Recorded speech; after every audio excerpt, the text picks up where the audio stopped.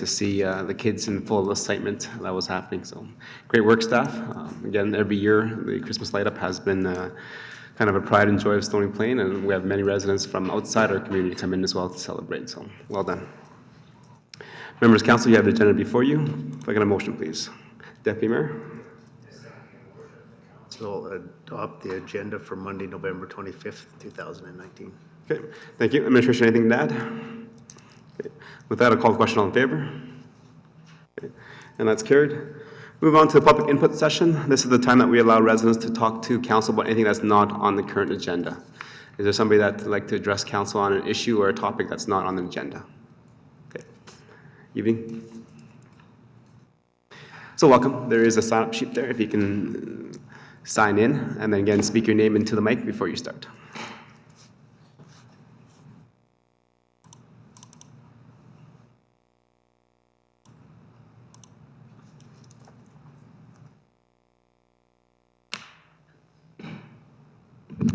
Okay, good evening. I'm Georgina Fiddler, and I have one question.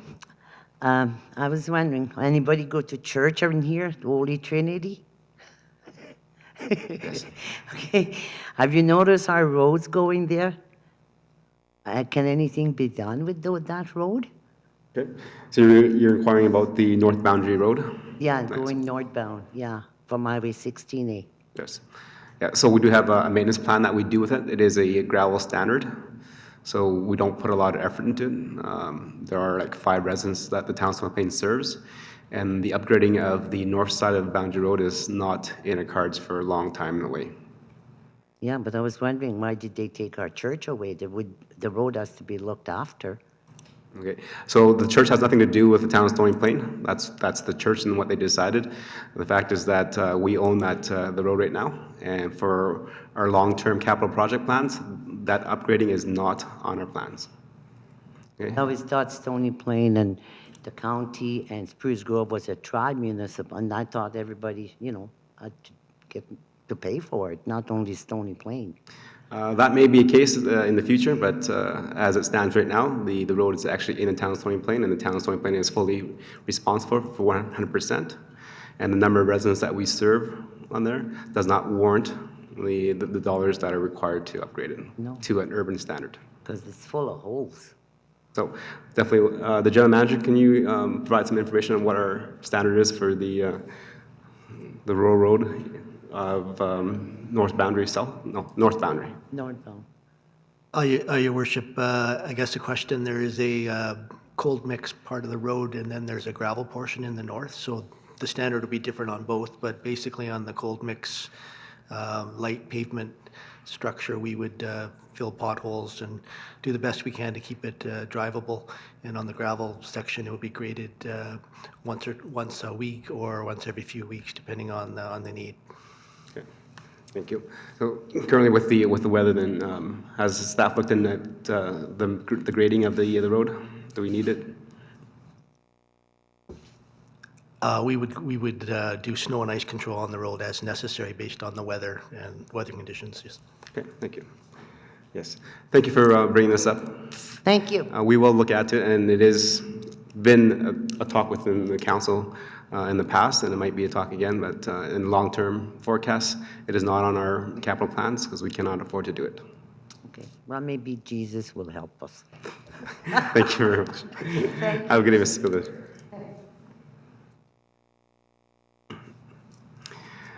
Okay. Public input session continues. Is anybody else in the council chambers like to address council on anything? Please come forward.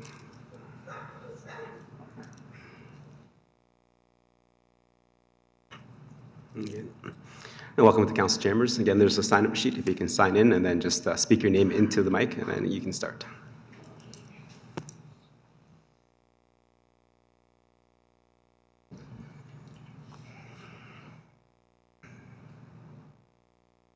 Hello, my name is Georgina Graydon. A little bit about my background. My great-grandparents homesteaded here. Early 1900s, they lived just 3 miles out of town here. My grandfather had a homestead. There's 8 boys in his family and 1 girl. So then my dad had a farm. Anyways, there's a lot of girls in my family, and my brother, there was one brother in my family, who's the youngest. And so anyways, I worked in Edmonton, raised 4 kids myself, single mom since 1990. I worked in Edmonton as for the horticulture department for the parks for the city of Edmonton. And I drove Stony truck and plow truck and water truck. I used all kinds of equipment, and I grew all kinds of flowers, trees, and shrubs for the city of Edmonton. So now, what has happened is the whole time that I was in the city of Edmonton, I was forced to live either in an apartment or a condominium, and I was always homesick for Stony Plain. So circumstances, I went to the mountains for a few years during the economic downturn. Found it really too crowded out there. Decided to come home to Stony Plain, which is what I've been wanting to do for years. So anyways, all I really want is a garden. I basically, coming home to Stony Plain, there's the senior citizen garden plots that are like half the size of this table for $30 and blah, blah, blah. Anyways, growing up, I had to grow food. We all had to grow food on the farm. We hated it at the time, right? But we lived off of the food that we grew on the farm and our animals that we grew. And so we had to do that. And as a kid, I had to learn how to can and freeze and do all of those kinds of things. So then last summer, there was a new plan, which I didn't get involved with. It was basically you pay $500 to the Multicultural Center for a share where they grow all your stuff and then they bring stuff to you. So basically, it was a really bad growing year, as we know. We all know that, right? So, but anyways, what I had done last summer is I went and got myself a whole bunch of pots, and my friend drove me to the Grove. I bought $40 worth of dirt from Walmart, and I bought seeds, and I bought wires, and I did all this thing, and I started putting plants of vegetables and all around my building, and the kids were excited because I was going to grow pumpkins, and I was thinking, oh, this is a great thing for the community and for the kids. We're all excited about this. And then the groundskeeper guy comes along and tells me that he's going to spray all of this with Roundup. So anyways, I'm like, okay, well, I guess there you go. You can't do that. So then I had to scramble around and find places to put my pots and everything else. And so I was just basically trying to get it like food for myself, food to show my grandkids and my kids again how you can grow food and how it tastes really good and it's good for the environment. It's good for everything and everybody all around. And what I want is not a lot of politics involved in this. I would just like some place in town where I don't have a vehicle right now, even though I have like my professional driver's license, but I don't have my own vehicle. And I would like to have a piece of dirt in town where I can grow a garden with not too many levels of politics involved with this. And another point I wanted to make is that growing up out here, I love all the people out here, and I love all the old farmers and whatnot. But the girls have been more or less sent away from the farms, and the boys have taken over the farms, and the land has been the land has been either taken over by the boys my age, or it has been rented out. And so this has happened in our community and communities all across the prairies where girls are not really welcome to stay home and run the farm. And that's a big legal fight and everything. And basically, it wouldn't be worth to pay lawyers when you to go through all of that kind of stuff. So basically, all I would like is a piece of land in town for basically to grow potatoes or tomatoes and just a few simple things and get other people involved in it and keep it on top of it so that the weeds would be down, keep the weeds down. And I work for a horticulture department. I know how to keep weeds down without using spray. And by doing it in ways that are good for, well, the way we did it always, back to Grandma and Grandpa's time, so, yeah. So that's what I just wanted to start with this, because like, I guess like, it's not even Christmas time, right? But we were starting the planning in Edmonton for all the seedlings for the bedding plants, like before Christmas and in January, so I guess that's my start here, is to start where, who I could talk to and maybe try to figure out where there would be a space in town that would be possibly allowed to use this for.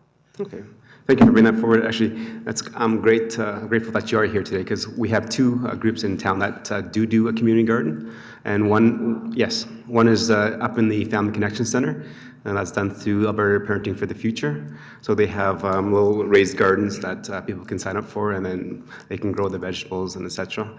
And also, the next one is the Multicultural Center. They also have a program where they have gardens that they're raised out of the ground, so they built a square. Yeah, And they're then, too small. And then, yes, so it's just again, it's free, put deposit down so that you maintain it. And then once you're finished the year, you get your deposit back if you maintained it.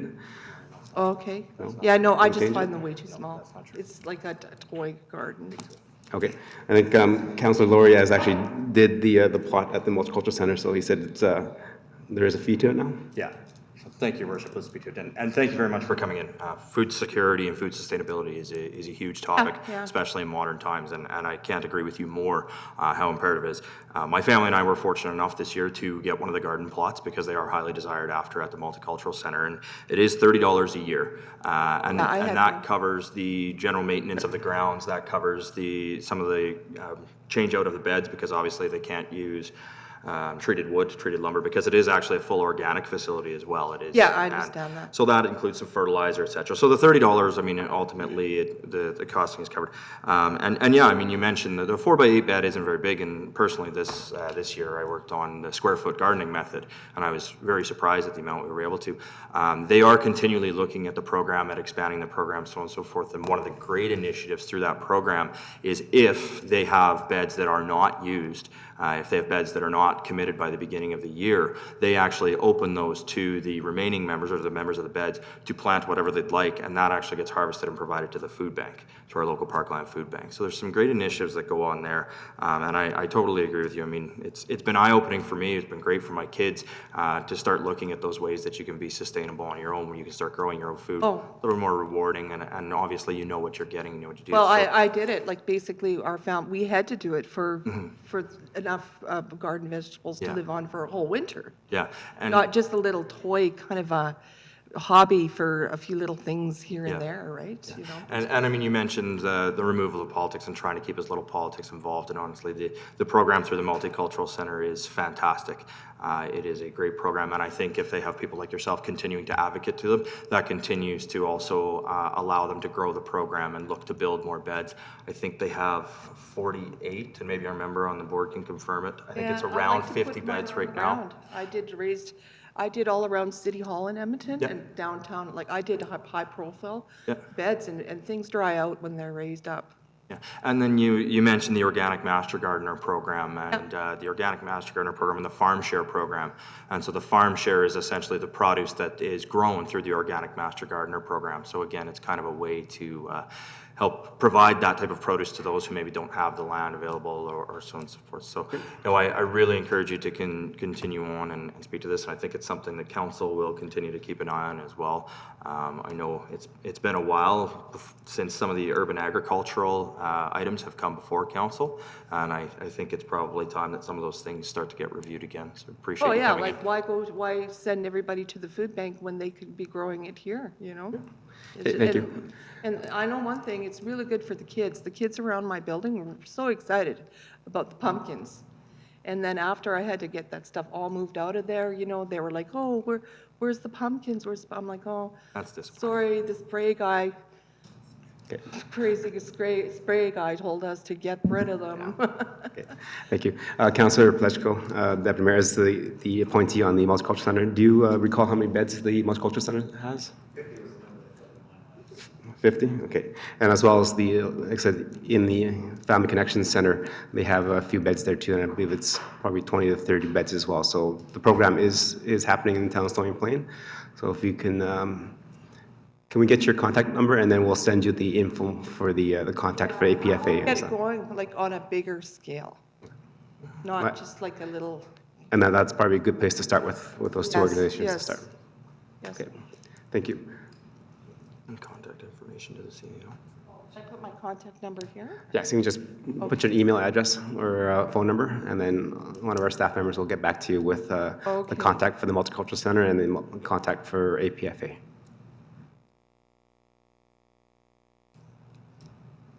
Okay.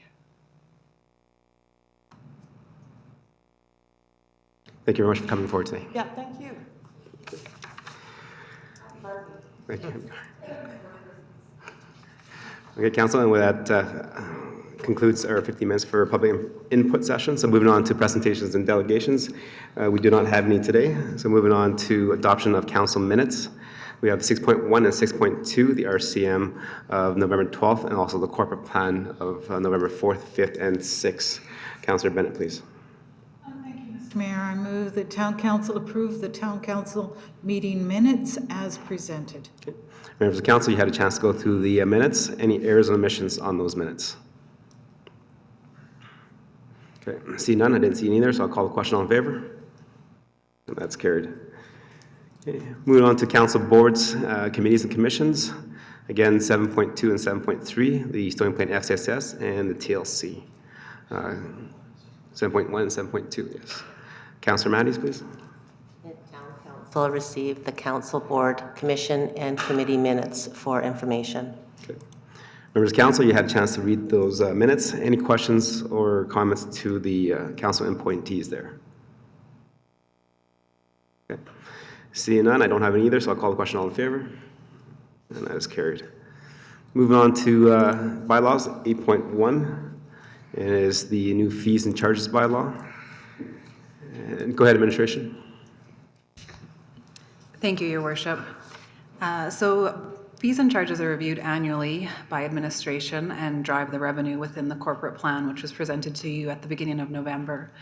Currently, the fees and charges are across multiple bylaws and policies, and so we're proposing to council tonight to bring these all into one bylaw, so it makes the review going forward much easier, both administratively and hopefully from a public perspective too, so that when people are wondering what the user fees and charges are, they can go to one place on the website.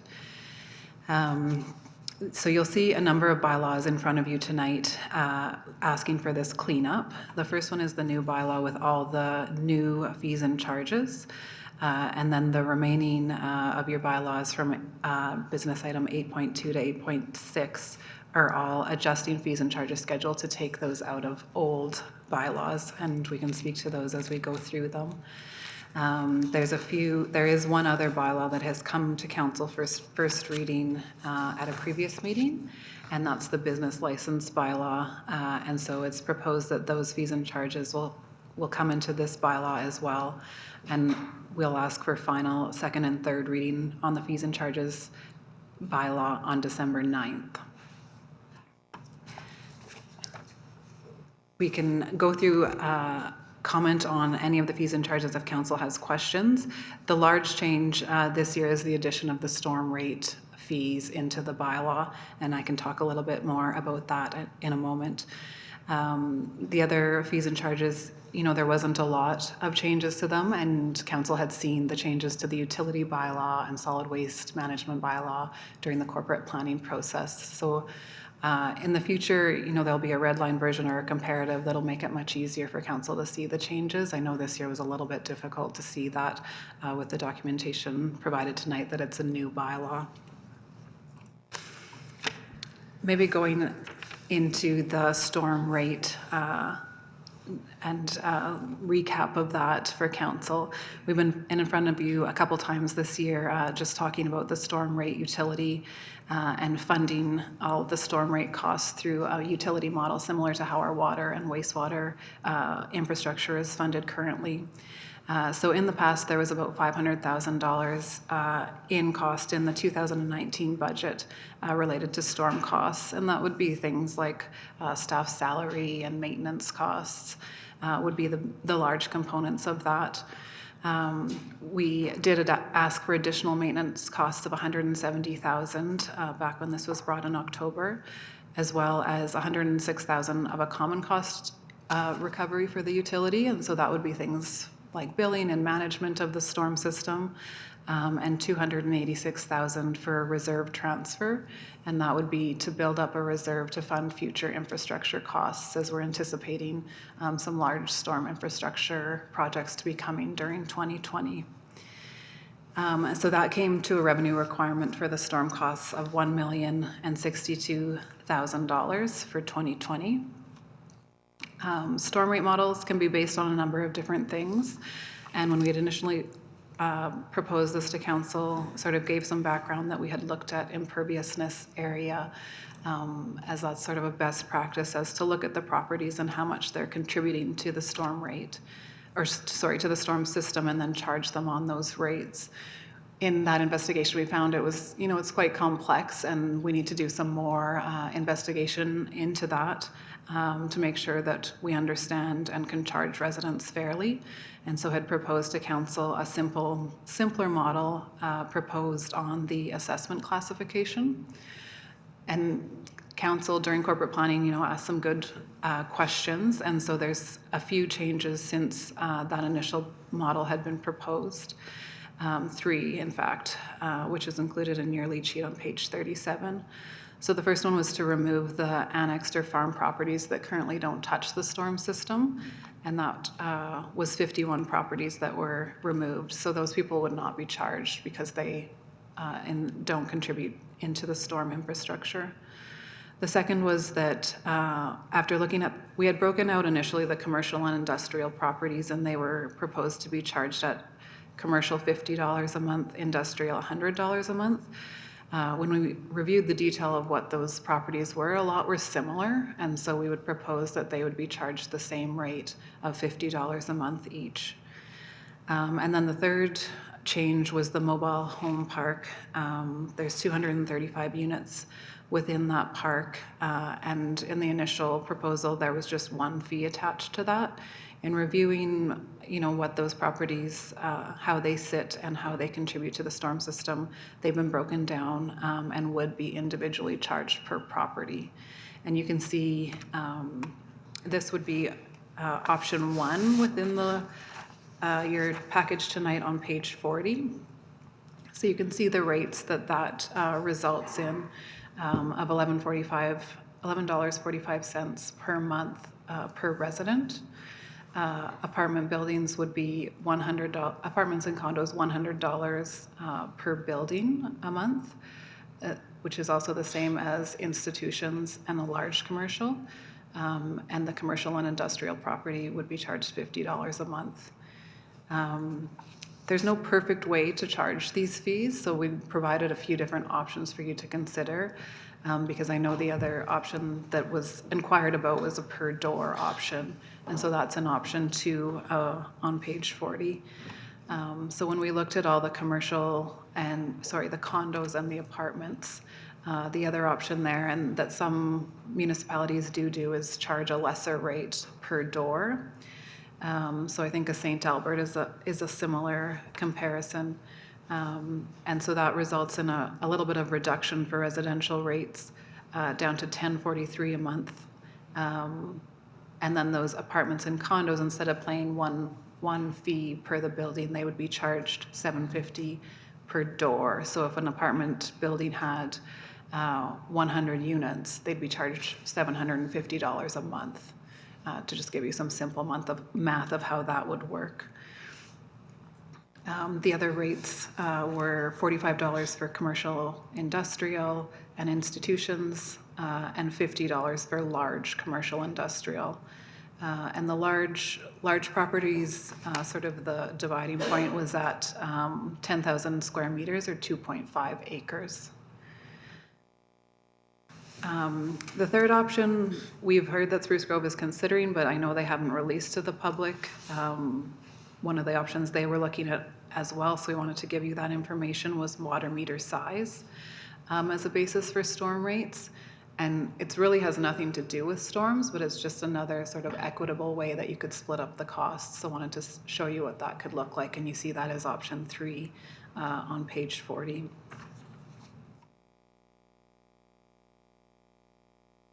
Council also asked for a little bit more information during corporate planning on what a rate would look like without the reserve transfer.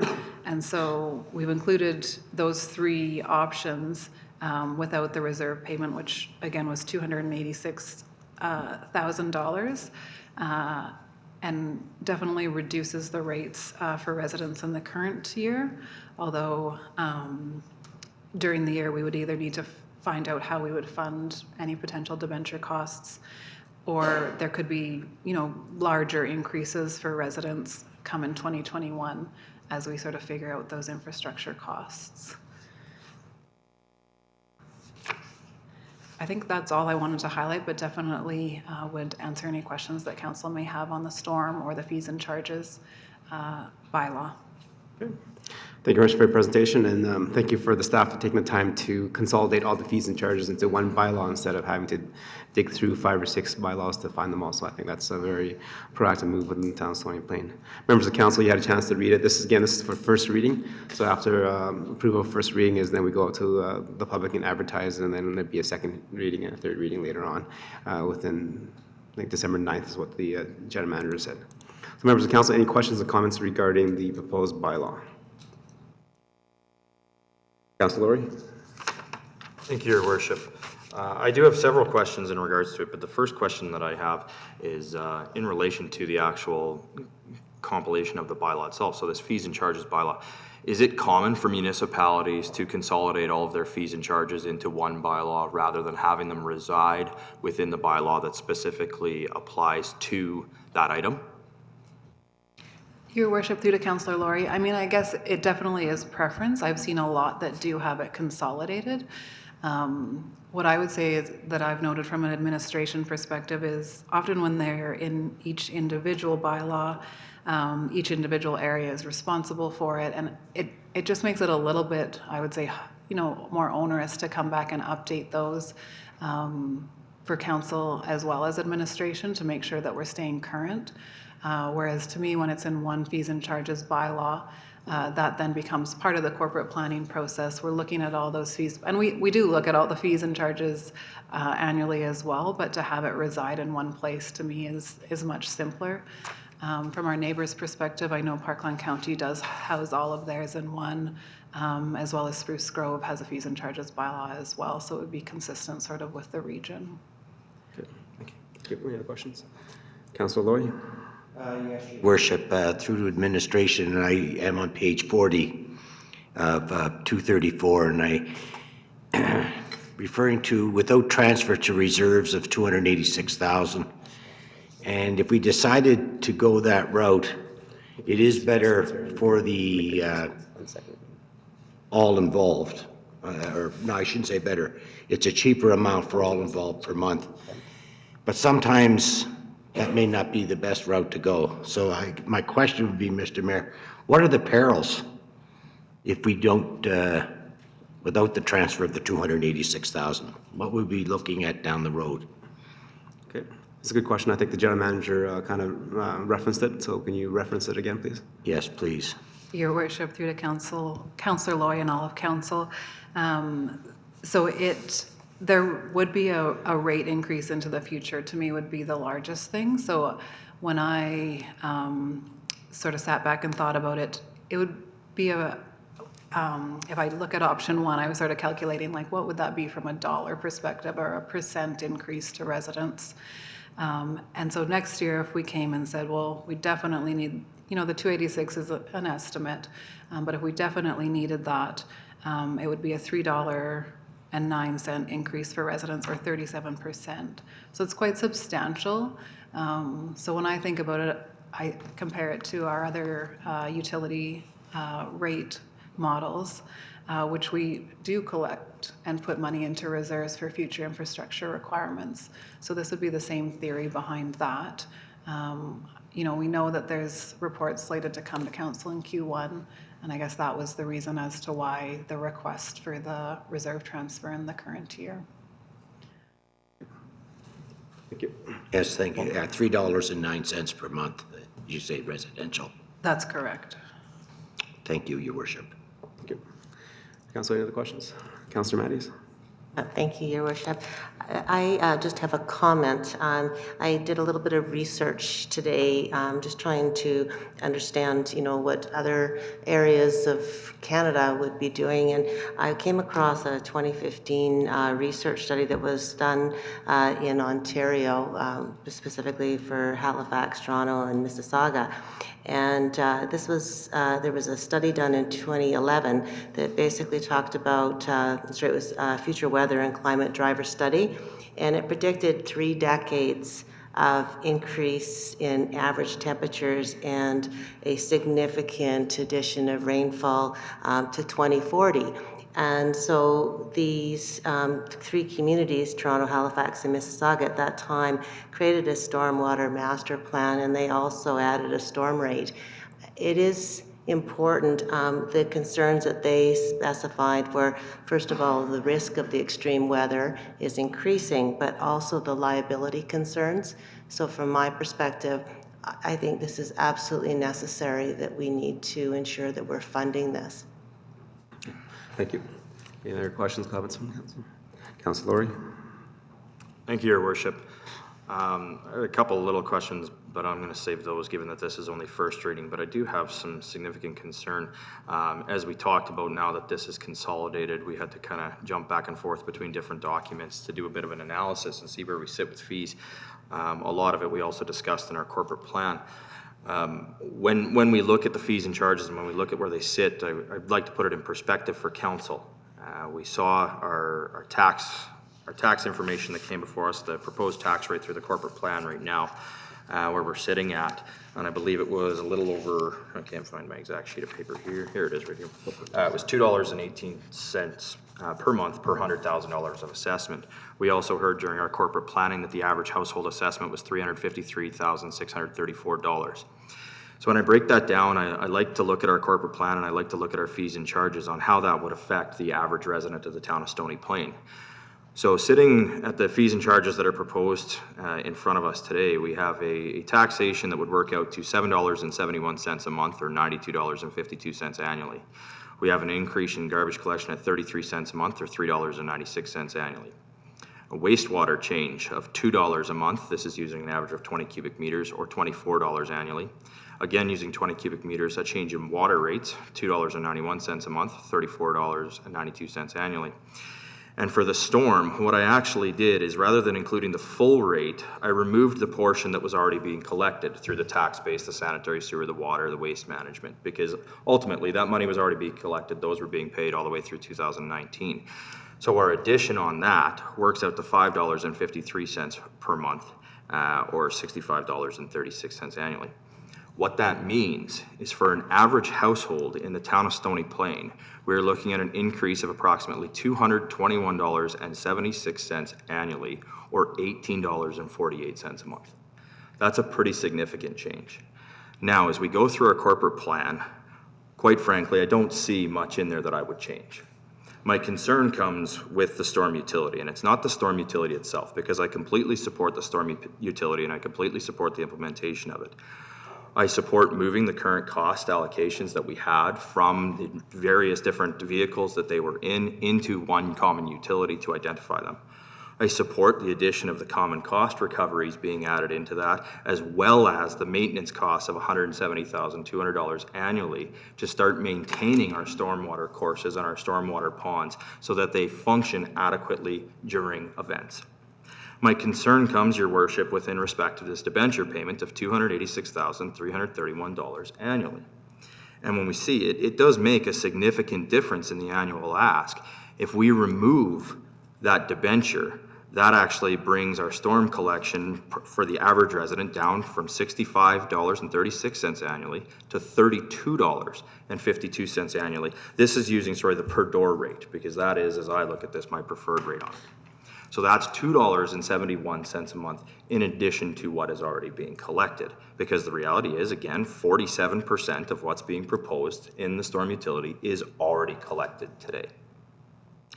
So as I go forward and as I look at this, Your Worship, we don't have enough information in front of us at this point in time, in my opinion, to make a determination as to what our debenture collection needs to be. We don't have enough information in front of us, and we have not made any decisions as of yet as to what course of action we will be taking on the stormwater management, other than the implementation of the maintenance costs, and I believe some of the sanitary sewer sealing and things like that that we previously have approved. We've already heard from the General Manager of Corporate Services that these debenture payments, when they do come online, can be added into the utility. And I think what I heard is that there was potential concern of when they're added, we might be looking at $3 and change to add that in. But right now, we're looking at adding in $6.55. And a good portion of that, over half of that, is for something that we don't even know exactly what the scope and spectrum will look like. And so I have a very hard time understanding why we would be starting to collect the monies that are potentially needed for this debenture payment if we don't have the understanding of what this debenture payment will do. And so I'd like to ask administration, if we did not include the debenture payment from day one on this utility, what would be a negative impact that would have? Because my understanding is once the debenture payment is pulled and we start collecting this rate, we're in no different situation other than we might have a few dollars for a down payment on it. But do we need that? Do we require that? Or do we just require to collect the debenture payment once a debenture is pulled? Again, similar lines of questioning for Councillor Loy. What is the difference if we don't have it? Your Worship, through to Councillor Laurie, I guess the biggest thing would be if there's debenture required in 2020, we will need a funding source for that. So we'll need to pull from an alternate reserve or identify how that would exactly be funded. Usually we would, I guess, identify a reserve to pay for it from that year. And then because this is a rate model, we would build it into the rate into the following years. There's no reserve set aside for storm right now, but we could look at other reserves for that. As you know, the reserves, we've pulled a lot from the reserves. I would say there's not a lot sitting there. So it just begins to reduce our flexibility. I guess that would be my concern and why I would recommend putting in this amount for this year. So as a follow-up, Your Worship, I believe we asked during corporate plan if the storm utility could be adjusted mid-year if a debenture was pulled, and I thought we were told yes, it could be. So is that not the case? Are we able to adjust the storm rate utility mid-year if a debenture was pulled to begin collecting that money? Your Worship, through to Councillor Laurie, that is correct. You could adjust the storm rate at any time. I guess it's just a matter of allowing us enough time to update the bylaw and then administratively communicate that and update the billing of that, but that it's another option of council for sure. Thank you, Your Worship. And to summarize, I think that's a much more reasonable option until we understand what this debenture will look like, until we understand when this work can even be undertaken, until we understand the potential positive impacts of the increased maintenance in our storm system. I find it very hard to understand why we would include the debenture payment in this utility and add an additional $5.53 per month to our residents' taxation when it's already going to be seeing what I would call a rather substantial and significant increase in times of fiscal restraint for everybody. Any other questions, comments? Okay. Seeing through, I'm just going to ask the question about the storm rate as well. In the presentation back in October, as Councillor Laurie has referenced, administration referenced the 286 as a debenture borrow that would eventually have it. So could have not been termed as a reserve, because we do have reserve for water, wastewater, capital costs like for this building, for the roads, and et cetera. So why wasn't the word reserved used instead of debenture pay? Because I think that would have been better for council if we understood it was a reserve to help us with the stormwater and not pay for something that we have not yet approved. Your Worship, good question. At the time that we had presented in October, we were contemplating putting a debenture in front of council during the corporate plan. But because there was still work to do on the project, we weren't comfortable doing that. So it was presented in the corporate plan as a reserve transfer. So that is what the 286,000 is. It's a reserve transfer into the storm reserve. But I understand the confusion there, that initially in that presentation, it was referring to debenture. It is indeed for a reserve transfer for funding for future infrastructure.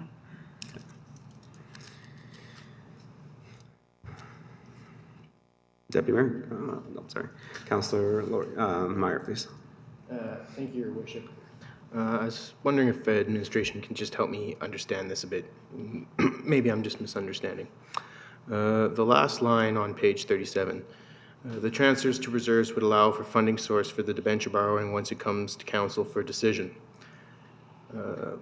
So this reserve is there to secure what we anticipate will be a debenture that we have to take. Yes? Your Worship, through to Councillor Meyer, that is correct. Okay, and so if we don't set aside the 286 now, then we have to, as you said earlier, we'd have to find that from reserves at a later date. Yes? Your Worship, through to Councillor Meyer, that would be correct. And so we would be looking to alternate reserves. So another option, you could look at the water reserves. I was just pulling up the reserve listing. But my concern with that is there's not a whole lot in those reserves currently. Right, because we've been drawing down a number of different reserves the last couple of years, correct? That's correct. Okay, so the other option, now correct me if I'm wrong, another option would be we would have to, could we adjust our spring rate or sort of spring adjustments to come up with this at a later date, or is that? Your Worship, through to Councillor Meyer, so the debenture could also be funded through tax rate. Which is sort of, sorry, if I'm kind of getting, which we're basically doing now.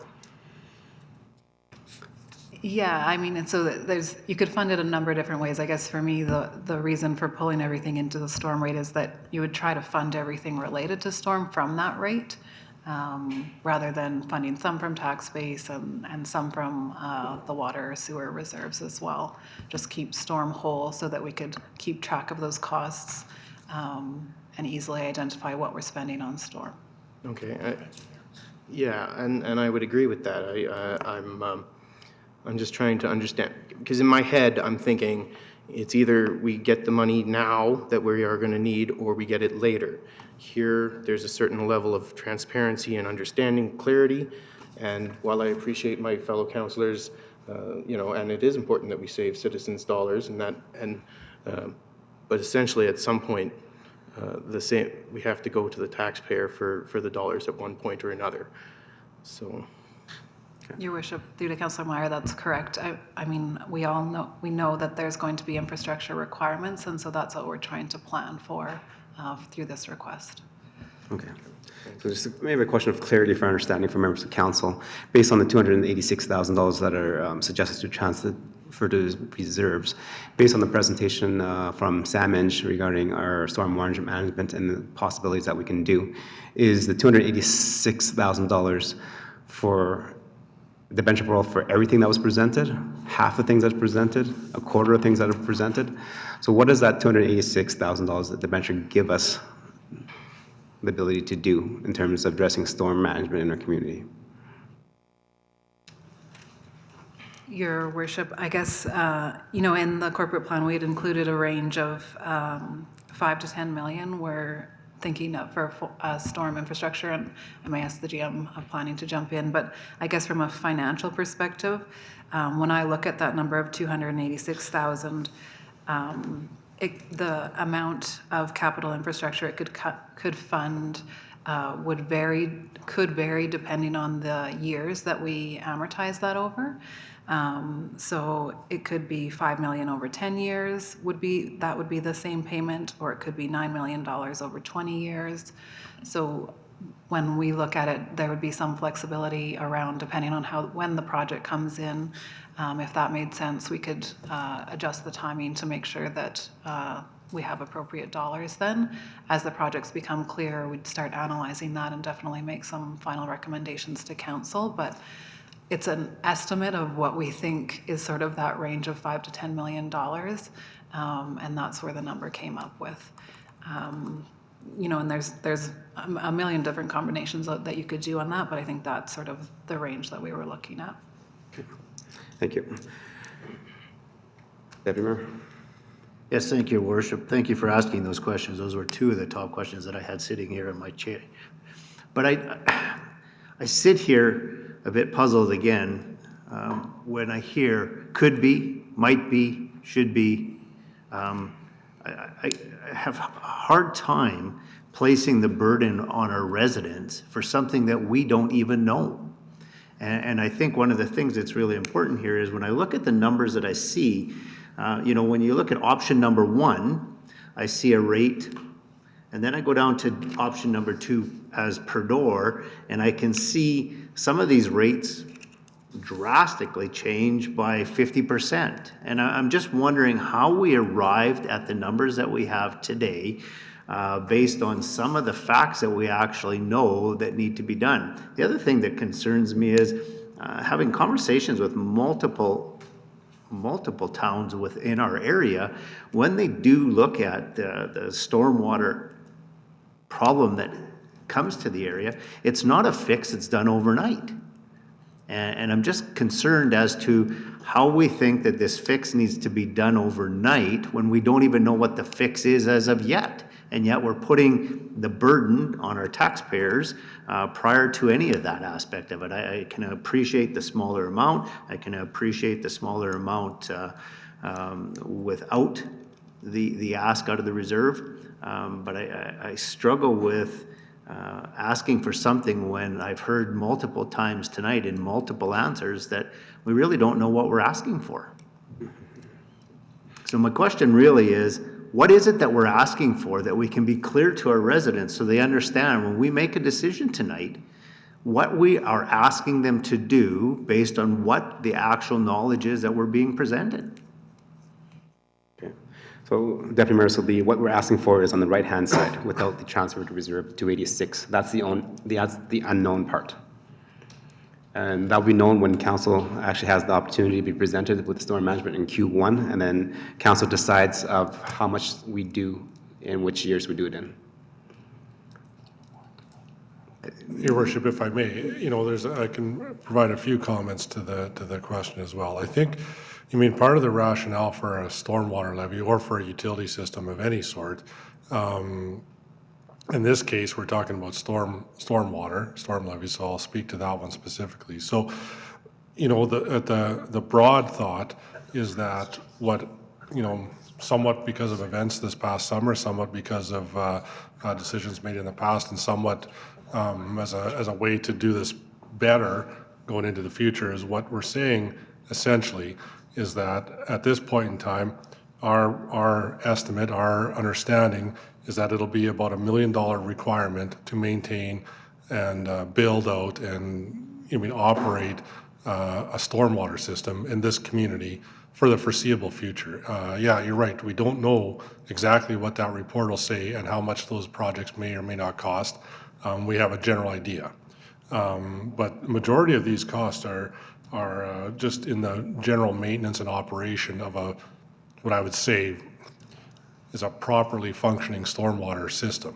And I'm sure the general manager of planning could probably get a little bit further into the detail as to what the operating and maintenance costs are, or could be, or should be,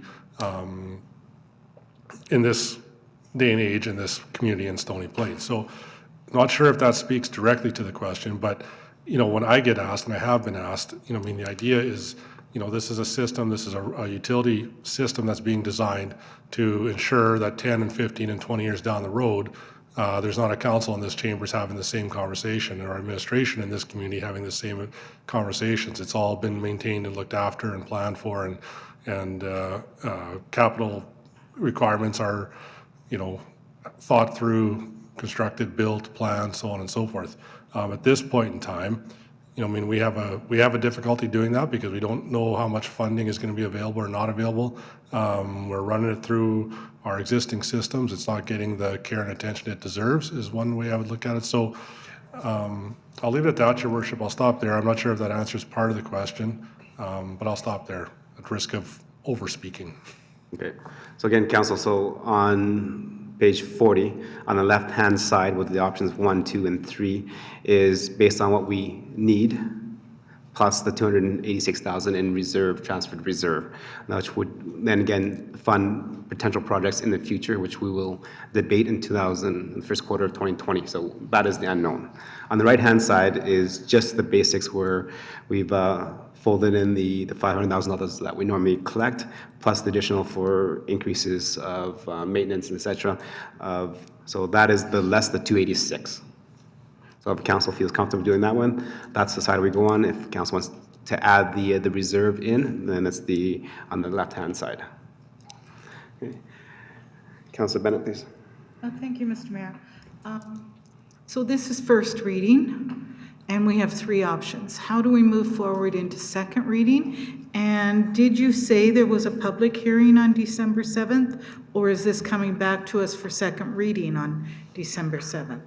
Your Worship, just for clarification, so option 1 is what's included in the fees and charges bylaw at this point in time. So that's what's the motion would be, so to speak, if taken from up there, that's what would be included, option 1. Secondly, I don't believe, unless one of the staff want to correct me, that this is a mandatory public hearing.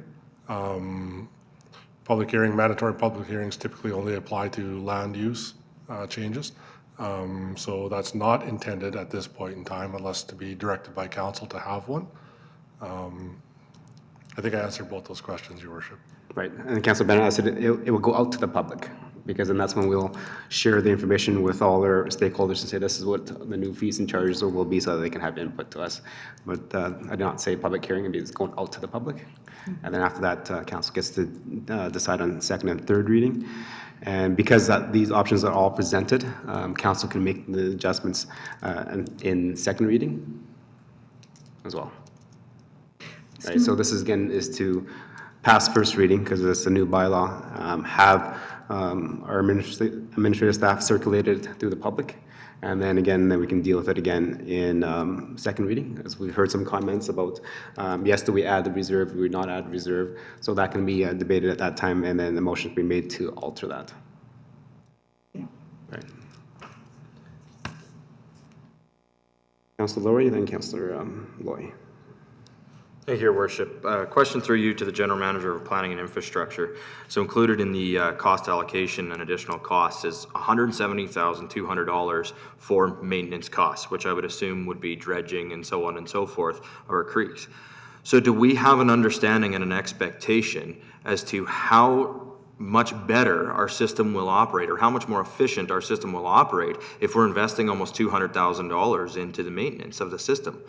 I mean, again, as we move forward, I think it's important that we understand, and I think this will certainly play a role as we look at future projects and future debentures. So I'd like to hope we at least have an understanding, if we've got an ask for $170,000 in maintenance, as to what that is expected, what impact is expected to have on our system, and how that will improve our system. Your Worship, through you to Councillor Lowry. So if the presentation that we made in August on the stormwater mitigation plan, et cetera, at that report we had catch basin cleaning, manhole cleaning, catch basin lead cleaning, mainline flushing, ditch creek cleaning, et cetera. Those various functions were brought forward as a unfunded maintenance program right now, and the total of that is over $1 million. So basically the 170,000 combined with, there is some money in the current budgets that would be supplemented. So those numbers in total would allow us to have I would call a routine maintenance program, which would see flushing and cleaning on a iterative basis every 3 to 5 years. So that alone will help improve our system, make our community more resilient, et cetera, because there won't be blockages and the water will flow the way it was intended to flow in the design. So the 170,000 based on this recommendation would be a critical part of the program in order to enable us to have like a regular maintenance of the program so that it operates the way it was intended to. Thank you. And so follow up to that, Your Worship, then through you, would that not be fair to say then, if that maintenance will create a more efficient and a better operating stormwater management system, will that also impact the potential future needs and the potential future debentures that we may need to pull in order to mitigate some of the issues?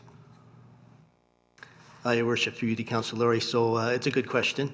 I would suspect that based on the storms that we experienced this summer, that it was a capacity problem, not strictly a maintenance type problem, because the pipes were simply too full and the creeks were too full, et cetera. So going back to that presentation, there was a number of $6 million to upgrade culverts that was suggested at that time.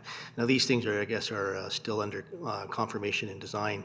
But storage, better storage in a number of locations, increased culverts, increased piping, some local problems, all of that will add up to significant money. Now there is grant opportunities, so that's a question. But basically the plan right now is to come up with the best plan, cost the plan, come back to council with options on how to move forward. It is expected to be significant money depending on the results of the study. Thank you. And through you, Your Worship, then, as we've heard the discussion about a public hearing then, so if council did choose and they wish to have a public hearing in relation to this, and it's unfortunate, in my opinion, that it's been rolled into one bylaw, because the public hearing, in my understanding, would then actually open up the entire bylaw to the public hearing, which may cause it to get a little bit off track. But I certainly think that we have heard a lot from the public at this point in time that I think it would be fair and justified to have a public hearing in relation to the proposed stormwater utility and stormwater rates. Would that then potentially delay, given our timing, the ability for administration to implement the stormwater utility for the beginning of the year? Yes. Your Worship, again, a couple things. So, statutory public hearing is a specific thing within the MGA. So that's your land use stuff. That's the one that requires X amount of time between readings to be advertised and so on and so forth. There is potential, there is ability for council to hold a public hearing on any topic, and open up that bylaw for a conversation or what have you. So. I guess the answer to that particular question, Your Worship, would just be if council saw fit to want to have a public hearing coming up on December 9th, we wouldn't be in breach of any MGA statute or any portion of the MGA that I would be aware of. We could double check, but I don't think so, because it's not a required public hearing, so it wouldn't have required advertising. So it would, if council saw fit to do that, it would be, between now and December 9th, we would do our best to get it out into the public and that'd be that, Your Worship. Could that be limited strictly to the stormwater utility, or because of the bylaw structure, would it have to be the entire fees and charges bylaw? Again, we might have to double check, Your Worship, into the intricacies of it all, but it is the bylaw in question, and that's the one that would be, as part of a public hearing. And you may want to, if you could limit the scope of the conversation if you would choose to, but I'm not sure, Your Worship. We'd have to double check, but I don't know if that would be a limiting factor. Okay. And I would suggest that if we do a public hearing, and it's the whole fees and charges bylaw that comes forward, as through what I've experienced in the past. Councillor Laurie? Yes, Your Worship. I am back on page 40 of 342 of the package here. And just for those who happen to be in the audience, what we're debating here is whether we're going to go with option 1, option 2, or option 3 to support the amount of $1,062,181. That's what we're basically discussing right now. My question, though, on the $1,062,181, I'm not sure where that figure came from. Is it a conservative estimate, a low estimate, or have we reached the top? That would be sort of like the max. If you can't answer that question tonight, it probably, when we do have our second reading, I would like to have a little clarity on that, Your Worship.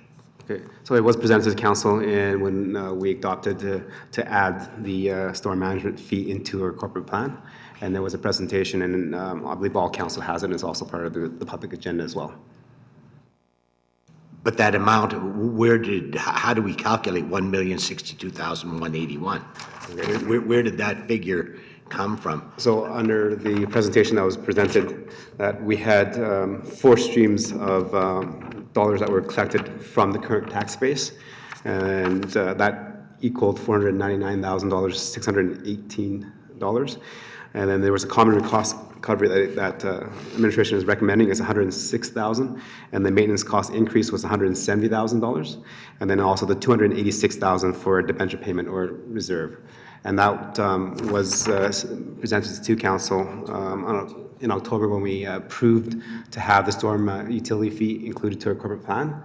And then that's what Councillor Laurie and I have been working off of is what was presented to us. So I'll just pass this down for you just to have a quick look.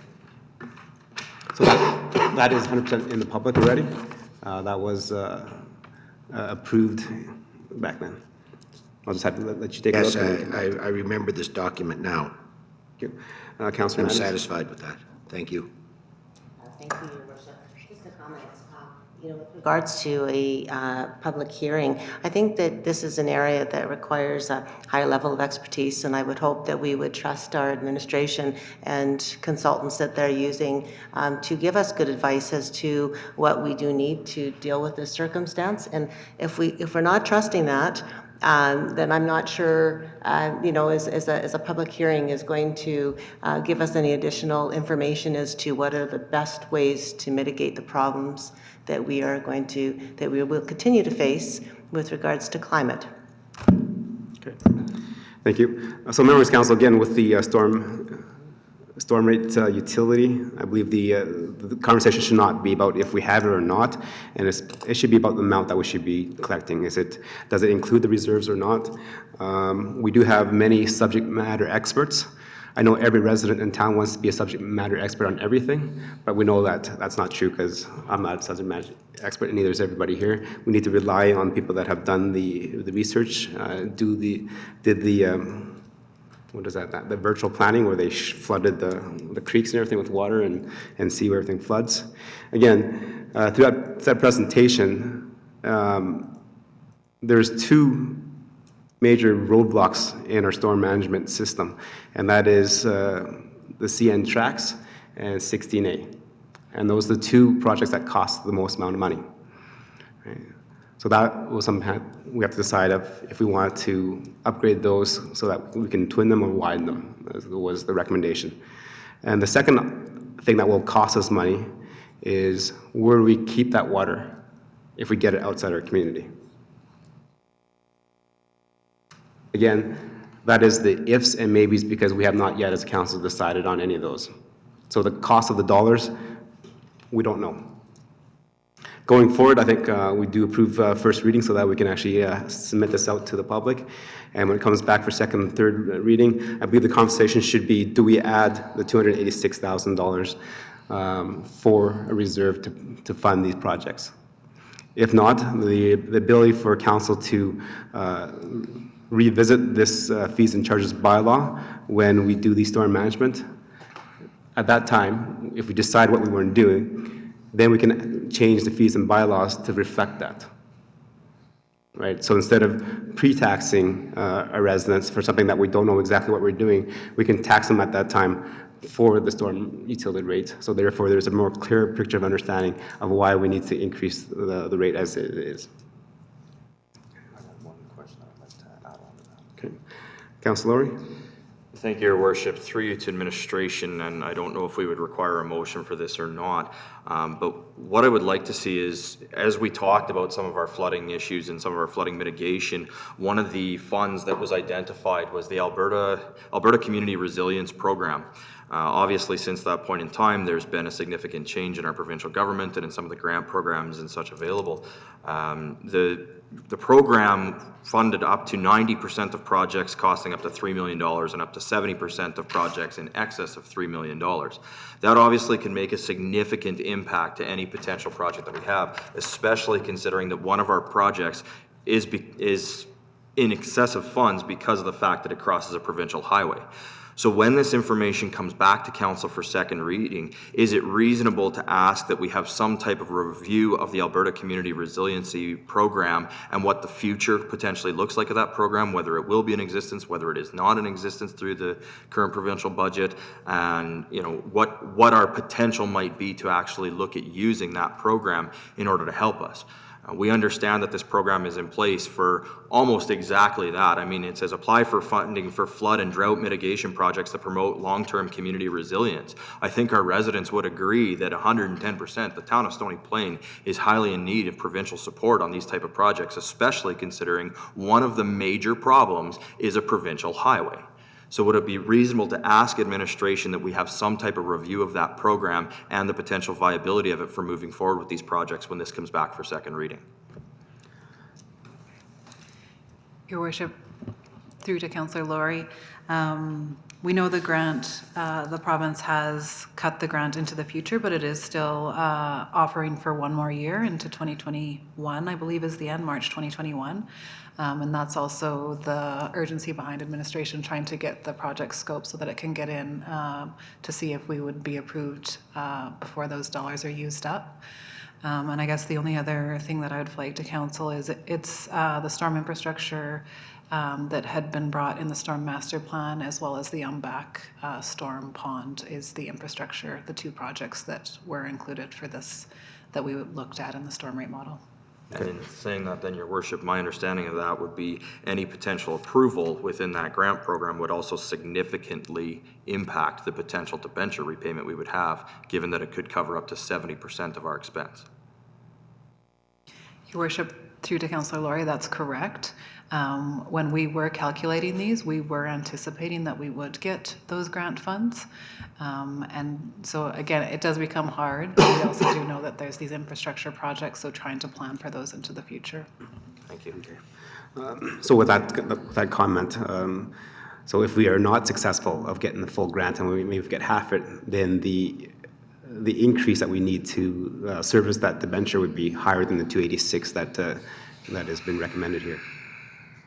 Your Worship, that is correct. Okay. And then with that, I actually urge administration to continue to look at other grants from the federal government and FCM. I believe both of them have grants for projects similar to this, and every dollar that we can get through a grant, because we already paid those taxes anyways through my income taxes, and hopefully if we can get some more back to our community, then the more the better for us. Okay. Members of Council, any more questions regarding the fees and charges bylaw, the first reading? Okay. Seeing none, before I call the question, I'd like to have Council turn to page 54 of the bylaw.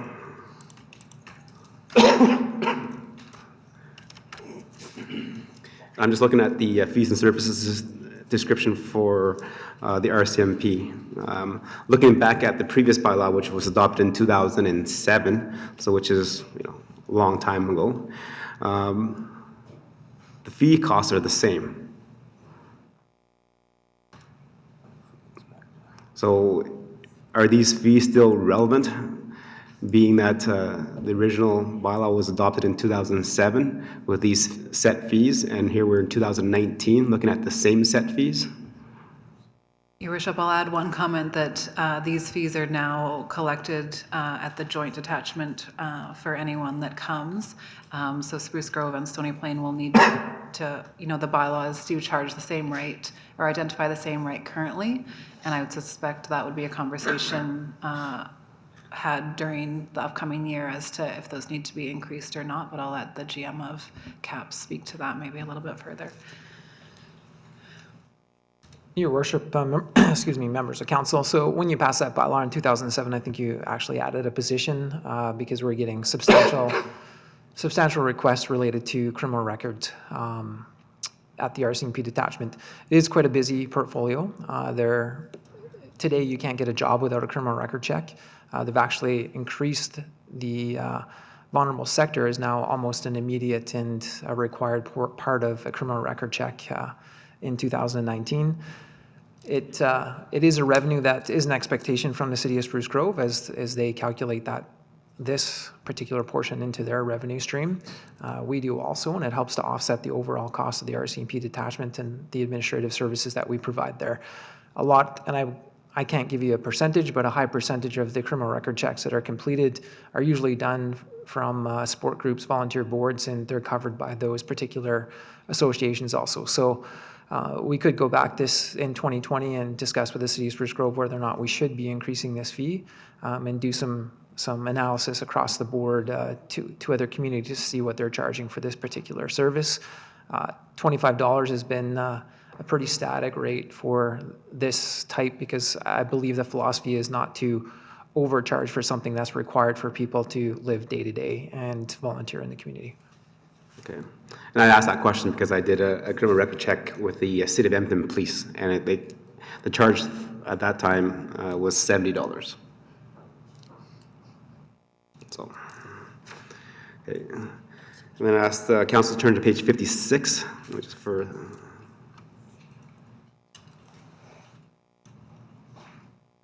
I'm looking at utility description. Again, just want to make sure that there's clarity on this because the water rates for tolls and charges are very easy to read, which is the variable fee, which is $3.46 and 46.71 cents. What I'm having a question about is the unmetered flat rates, where it says unmetered flat rates is 100 and individual residential dwelling units, and for other is 100 as well. Now, if I want to be unmetered, is that $100 for the entire year that I have to pay for? Or is it $100 per month? Your worship, it is per month. We could clarify that in the bylaw when you see it come back for a second and third reading, but it is per month. Okay. Good, because in wastewater, it does identify it as per month, so just for some clarity and understanding. And then looking at the contracted water, the bulk water has 4.54 cubic meters for 1,000 gallons of $15.74. Is that equivalent to what our residents pay of $3.70, whatever, per meter squared?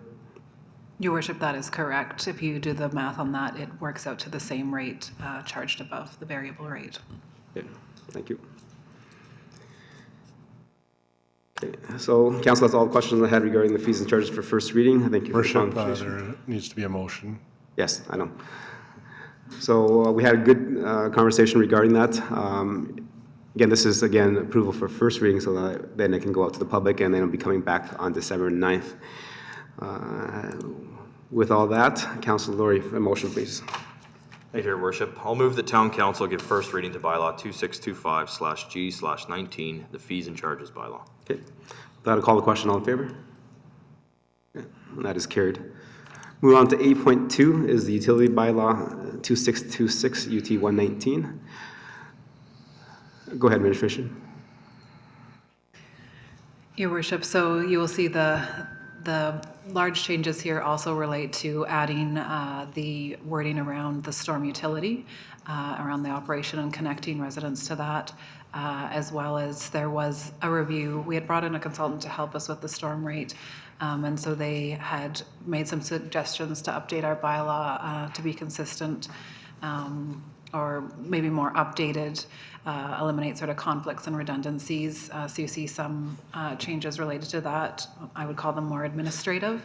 And then the removal of the fee schedule is what is presented for first reading for you tonight. Good. Thank you. Members of Council, you had a chance to read it. Any questions for clarity and understanding before we move on?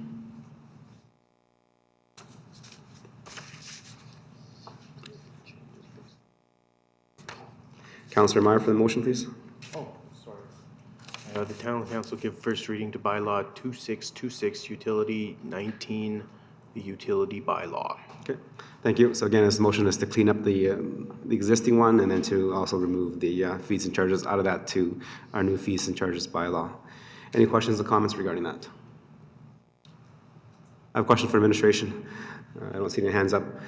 Going through the changes of the existing bylaw to the current one, I noticed there's blue and there's also red track changes. Some are blue with a cross through it, and some are blue with just as additions, and some are red. Is there a reasoning for the two different colors, and why was one used and not the other? Because it kind of confuses me that if you're going to track changes, it should be kind of consistent. Your Worship, I believe it was just that there was multiple reviewers working on the document, and it made different colors for different users, but we will take note of that and for future try to align the coloring. Any other questions, comments regarding the utility bylaw? Okay. Again, this is for first reading. I'll call the question. All in favor? And that's carried. Moving on to the solid waste, 8.3. Go ahead, administration. Your Worship, so again, the removal of the fee schedule from this bylaw is proposed, as well as there are a few small changes related to the items allowed under the blue bag collection and organics, which is consistent with what had been communicated with residents previously due to the changes earlier in the year, as well as there was one small clause added for residents wanting a second waste container if the property held a secondary suite, which was added. Okay. Thank you. Councillor Lloyd, the motion, please. Yes, Your Worship, the Town Council give first reading to bylaw 2626/UTIL-19, the utility bylaw. Okay, thank you. Members of council, any questions regarding the changes on the solid waste? Okay. Go ahead, Councillor Meyer. Thank you, Your Worship. Through you to administration. Just in regard to the second waste bin, I was working under the impression that anybody could request a second waste bin as long as they were willing to pay for it. But here I see it's only for a second unit. I'm not sure what page I'm on. I'm just repeating. I'm just curious, is my first assumptions wrong? Yeah, Your Worship, I don't know, I can't speak specifically to where it's included, but you know, I mean, if I would say an average residential user does not have the ability to request a second waste bin. So if you just think of the vast majority of single-family dwelling units will be restricted to one waste bin. Thank you. Thank you. But just on the same line then, regarding the organic cart, can a resident request a second organic cart? Your Worship, I can add that if the lot is greater than 0.5 acres, they can. That's included within the fees and charges bylaw, but I'm not sure about the rest, if their lot is less than that. Your Worship, again, if your lot's less than that, it's not something you would be granted. You can request it, but it's not allowed. Simple as that, I guess. So it's only for those, as the general manager indicated, above half acre. Yeah. Okay, thank you. Councillor Laurie, please.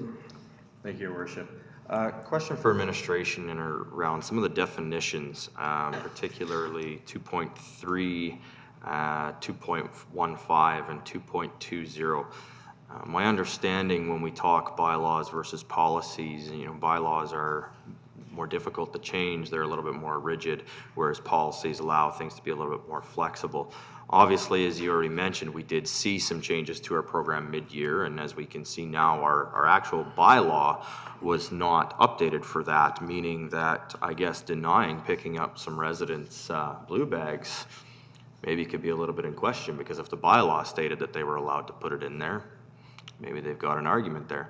So my concern, and I guess my question is, should we have this level of definition residing within a bylaw, or should we be looking to create a policy in which these definitions would define, to which the bylaw would then reference, which would then allow us to make changes to that policy on a more regular basis and a much more simplified process if our contractors and if the programs to which we are a part of make changes mid-year.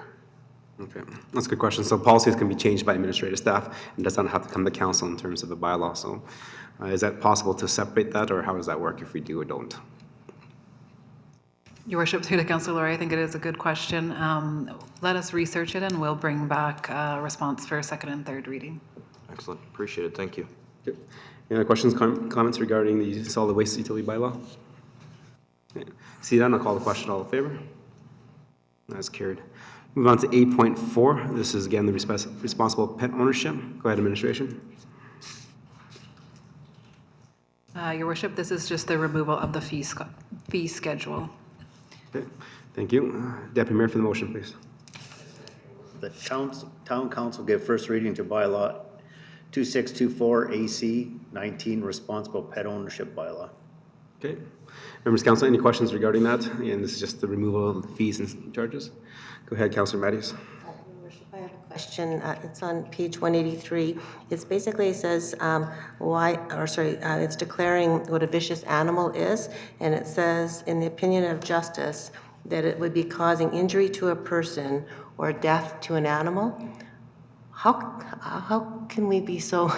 I mean, shouldn't it be an injury to an animal, like a severe injury to an animal, or something as opposed to the death of an animal? Okay. Your Worship, through to Councillor Matties, often when we have calls that our peace officer would deem vicious under our bylaw, it would certainly be handled under a provincial legislation, as that is a stronger piece of paper for ourselves, and that would send the file to court. So if the animal was causing harm to another animal, certainly that it would probably end up with the same result, because we'd go through the same motions in terms of it's a vicious act that had occurred. So the animal would go through that same process in terms of deeming it a vicious animal. May I just follow up? Good. Then under 3-3-0 A and B, could we not just, instead of causing the death of an animal, have something else there?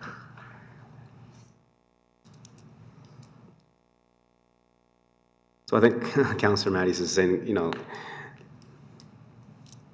the way the bylaws are read, that means the animal has to be deceased before it may be considered. So can we like injury and or death to add the word? Does it change the intent of the bylaw? Sorry, Your Worship, I'm just reading the 3.3 to get an understanding, because it does explain and it does suggest that they're speaking in relation to the justice, which is the judge that would be presiding over that particular case. I'm trying to scroll backwards to see if there's language that precedes this that says, based on these types of events, this is unlikely outcome for the particular event that occurred, causing a vicious notion to be added to this particular animal that we do see. So if you give me a moment, I can go back and... Okay. And we just have that kind of explained to us when we do the second reading? Yeah. Page 200 has reference. Okay. Thank you, Councillor Meyer. So if we turn to page 200, Councillor Meyer says that there is a reference. So if Councillor Meyer can turn to that in the meantime. So read. Anybody else has any questions and comments regarding this?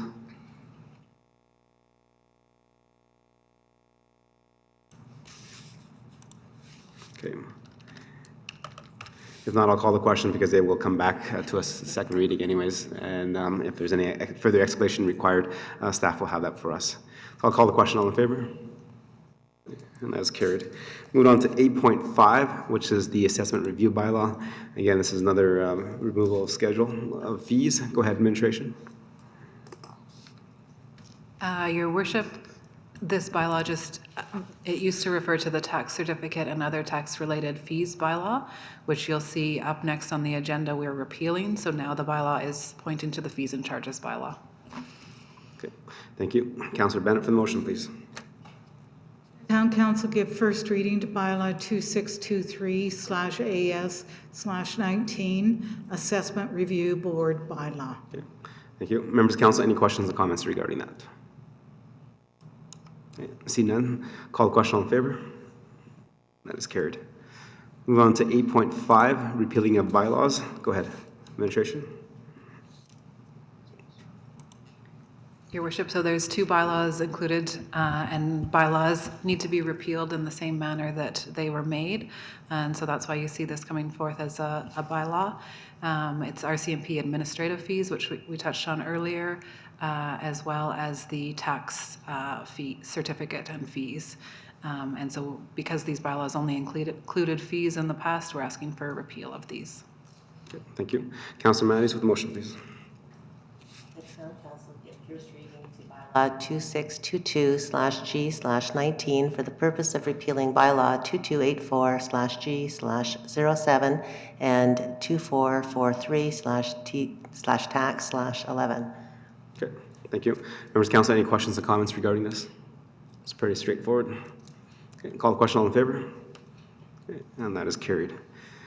And then, good, that brings us to our business items. So with that, we'll call a 10-minute recess and we'll come back to deal with the business items and move forward in the agenda. Thank you.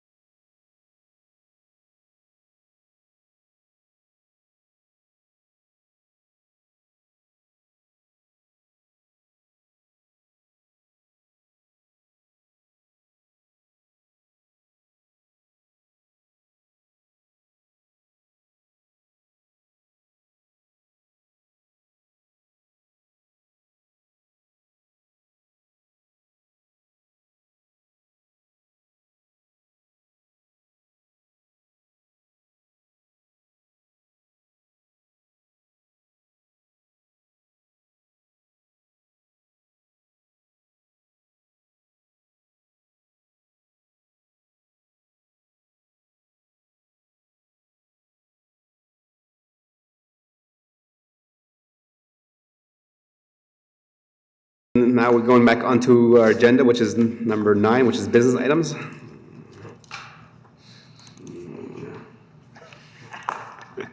Sorry, Councilor Loy. Only I can adjourn the meeting, so we're stuck here until we're finished. Okay. So again, there's a request for information, so comes out of it. Administration, go ahead with the presentation. Your Worship, Council had asked for a comparison to the EMRB members on the mill rate for residential and non-residential, so that's included within the report for your information tonight.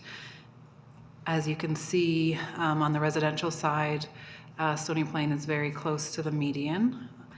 And on the non-residential side, we're a little bit lower than the median. And if there's any questions we can answer for council, we'll do that at this time. Okay, thank you very much for the presentation. Councillor Laurie, please, for the motion. Thank you, Your Worship. I'll move that Town Council accept the regional tax rate comparison report for information. Okay. Members of Council, this is a good kind of graph.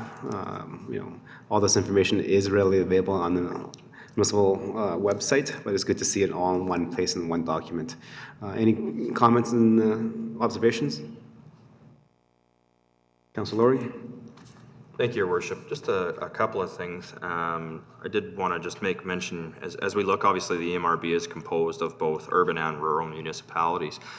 So when we look at the residential, we are sitting about right on the median when we consider all of the EMRB municipalities. But when we look at the urbans, we're actually the 3rd lowest out of the 9 urbans. So again, I think that's something that we should be proud of and something that we definitely should be in consideration when we're chatting with our residents and they're speaking to us about our taxation. I do have some questions to administration in regards to this. The first one, I know when we talked about this information coming forward, we talked about including the proposed 2020 mill rate. Is that reflected in the number that is placed? I'm guessing not, because this shows 2019. Would we have what the proposed 2020 numbers would be? Your Worship, I mean, it would be we could calculate it out for you. It would be the 4.26% increase. And I guess the final thing that will that will determine this in the spring will be the final assessment numbers. Okay. So that could change the mill rate slightly, but we could calculate it based on sort of current or prior year assessment. And if that's something that you're interested, we could provide you that as well. So the plan would be to bring this back at spring adjustment with 2020 figures for all the municipalities, correct? Your Worship, we will try, depending on timing of when our bylaw comes versus others, but it is something that we can maintain and sort of bring back to council because I think it does provide good information to you to go forward with. Okay, thank you. And then a follow-up, Your Worship. In respect to the non-residential, this is one that interested me quite a bit because I look at the significant difference in our non-residential mill rate in comparison to the rest of the EMRB. Including of the 9 urbans, we're the lowest, and of all the 13 members of the EMRB, we're lower than all but 1. I'm interested if administration can shed a little bit of light as to why our non-residential rate seems to be so much lower than particularly our urban comparators.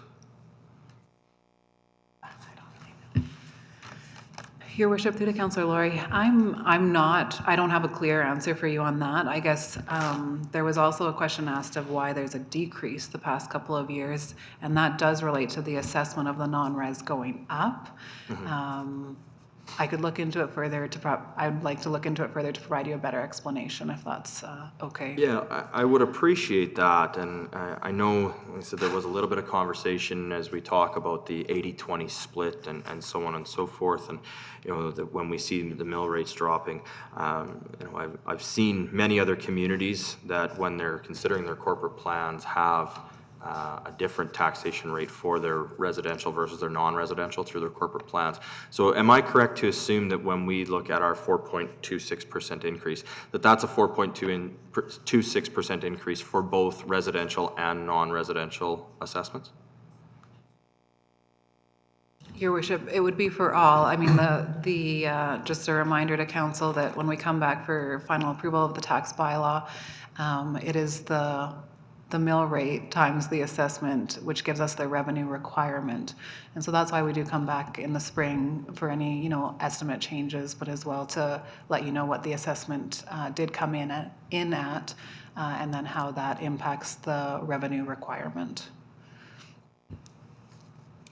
So again, though, just for clarity, and the number might change, but when we look at the percentage increase, when we look at the taxation increase, that is applied equally across residential and non-residential. Your worship, through to Councillor Laurie, that is correct. Do we have any idea out of the communities that are on this list, how many operate in the same fashion versus how many have separate rates and separate increases for non-residential and residential? Your worship, through to Councillor Laurie, I do not know that. Thank you. Thank you. And just want to make a comment to members of council and to administrative staff. If you look at the non-residential tax rate, and Councilor Laurie brings it up, that the last few years it's actually gone down. And that has to go to the work of the Growth and Commerce Committee as well as the Economic Development Team. Since 2013, we created the committee where we looked at things that were lacking in the community and how to boost our economic development in our community. And that is, the graph shows a direct correlation to that. The better work that we do at attracting businesses to our community that are non-residential, that means there is a more of a pool to garner the same amount of taxes, so therefore their tax rate goes down. So again, kudos to staff that sit on the Growth and Commerce Committee and also members of council. So thank you very much. Okay. Any other questions that we have, comments regarding? So this is a very informative, yeah. Councilor Laurie? Thank you, Your Worship, and maybe just a quick comment on that. I completely agree in respect to the growth, and I commend our economic development and our involvement in Edmonton Global and as we move forward. My concern or my comment on this, I guess, is, part of having a business community is to help support the community and is to help support the residents. And when we continually see an increase on the residential mill rate and a decrease on the non-residential mill rate, I'm wondering if we're truly achieving what I would consider equality or equity and the true 80-20 split that we talk about. I understand when we look at the collection of revenues and determining how much we need and then determining the mill rate based on our assessment. I look at the parity though between us and some of our comparator communities, and I mean we're a long way off some of our comparator communities, and so it'd be interesting to see maybe a little bit more detail and a little bit more work going into this to determine whether this is the right system for us to continue using moving forward. Mm-hmm. Yeah, that's good comments. And again, council has that the ability to change that. The actual tax rates are, I believe it's 83-17 right now in terms of residential commercial split. We've artificially inflated that to an 80-20. So again, then the businesses are paying an extra 3% of the tax rate.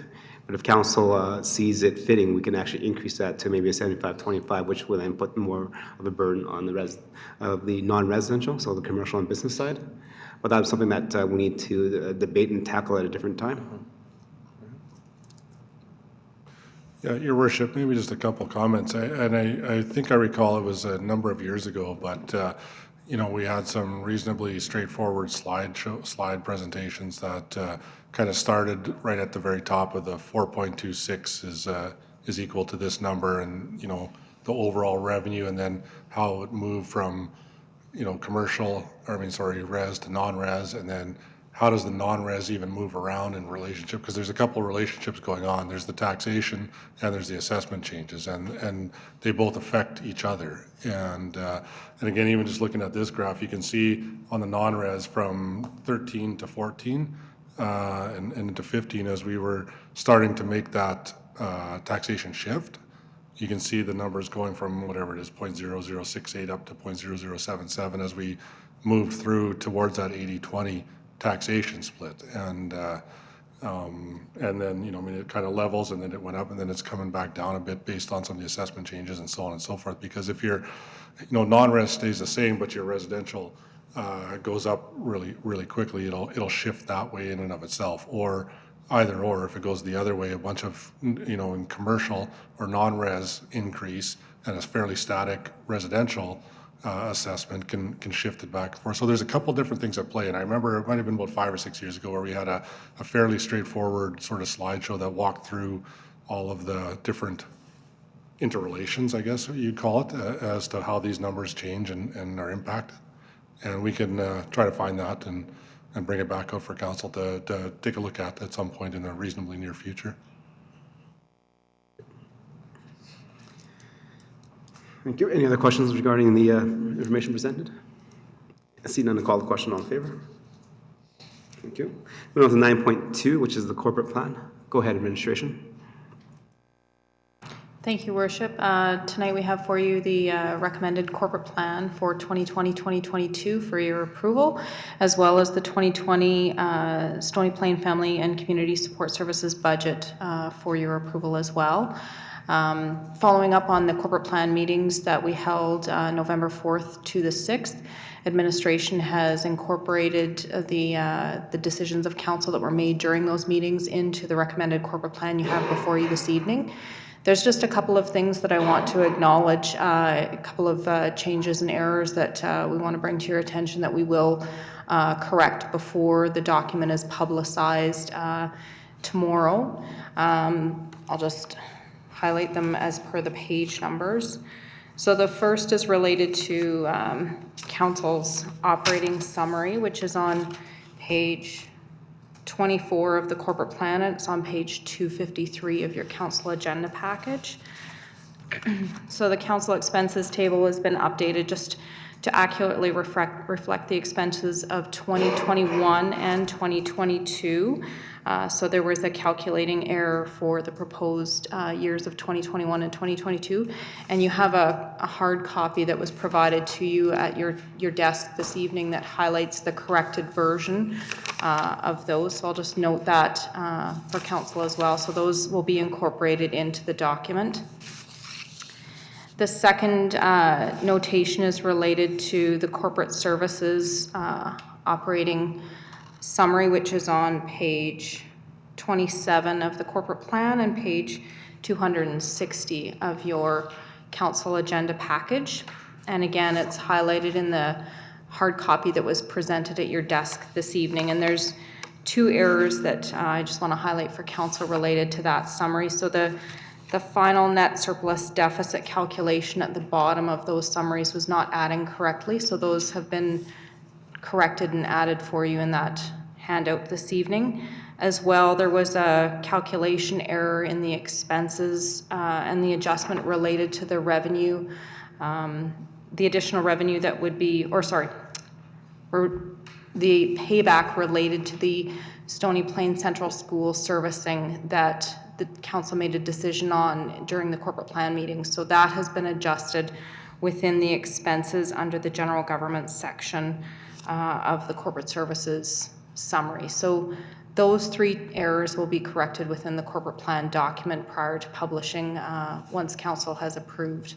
The other item that I'll bring to your attention, the final item, is related to the stormwater rates, which is on page 53 of the corporate plan, and it's on page 282 of the council agenda package. So there's a summary there based on the occupancy use of a property and the monthly rate that would be charged. So that will be adjusted following the decisions of council related to the stormwater rate model as well. So that was just included based on what we had at the time of this document being published, but we'll adjust that going forward as needed. So those are the only comments that I wanted to make at this point in time related to the corporate plan, but I'd be happy to answer any questions of council. Okay. Thank you very much for that. Councillor Meyer, please, for the motion. Yes, that town council approved the 2020-22 corporate plan, including one, total operating revenue. I'll read it all. Just say as council, as administration recommendation. As administration recommendations. And two, the 2020 Stony Plain Family and Community Support Services budget as provided, with the town of Stony Plain contributing $300,498. Thank you, Councillor Meyer. Members of Council, again, this is the direct result of the corporate plan meetings we had on November 4th, 5th, and 6th. And again, if I recall, that was a great conversation and discussion amongst council to get to where we are right now. Administration has highlighted some small areas that need to be changed once we get a few things settled. Any questions, comments regarding this? Councilor Laurie, go ahead. Thank you, Your Worship, and the General Manager already mentioned it, but I would like to understand a little bit better. So this document is going out for publication tomorrow, and yet we have the proposed, a set of proposed rates currently sitting in the stormwater management. Will the document go out with a proposed set of rates, or will the initial version of the document go out stating that council will be setting these rates at the December 9th meeting, and then the document will be updated after that? I have a little concern of this document going out to the public and being published to the public with a set of rates in it that haven't fully been approved, especially given the multiple different options, I guess, the council has seen on it. Your Worship, through to Councillor Laurie, I believe we can certainly adjust the wording to reflect the decision of council on December 9th and ensure that it's clear that these are the proposed occupancy rate model fees that have been presented to council for consideration on December 9th. Excellent. And then just a general comment, Your Worship. Go ahead.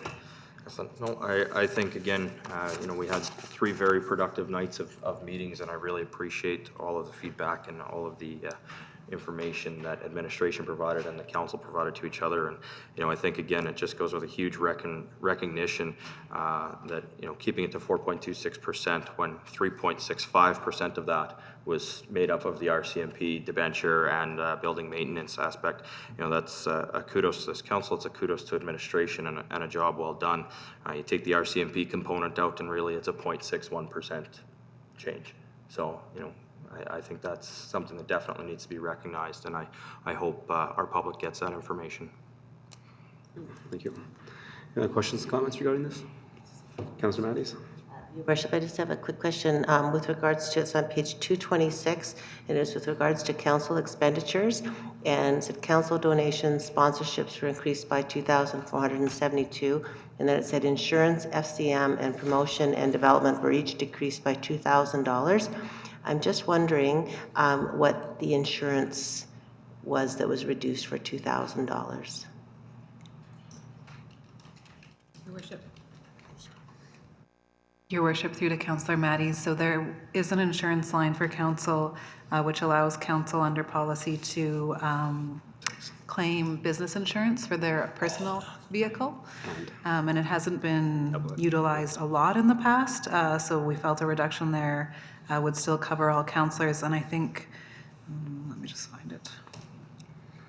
There's still $1,500 available in the budget to be utilized for this purpose for 2020. Thank you. Any other? Councillor Bennett? Mr. Mayor, on page 288 of our package, when I look at the grants, it says 2019 budget, 2020 proposed budget, 2021 proposed budget, and 2020 proposed budget. That should be 2022 proposed budget.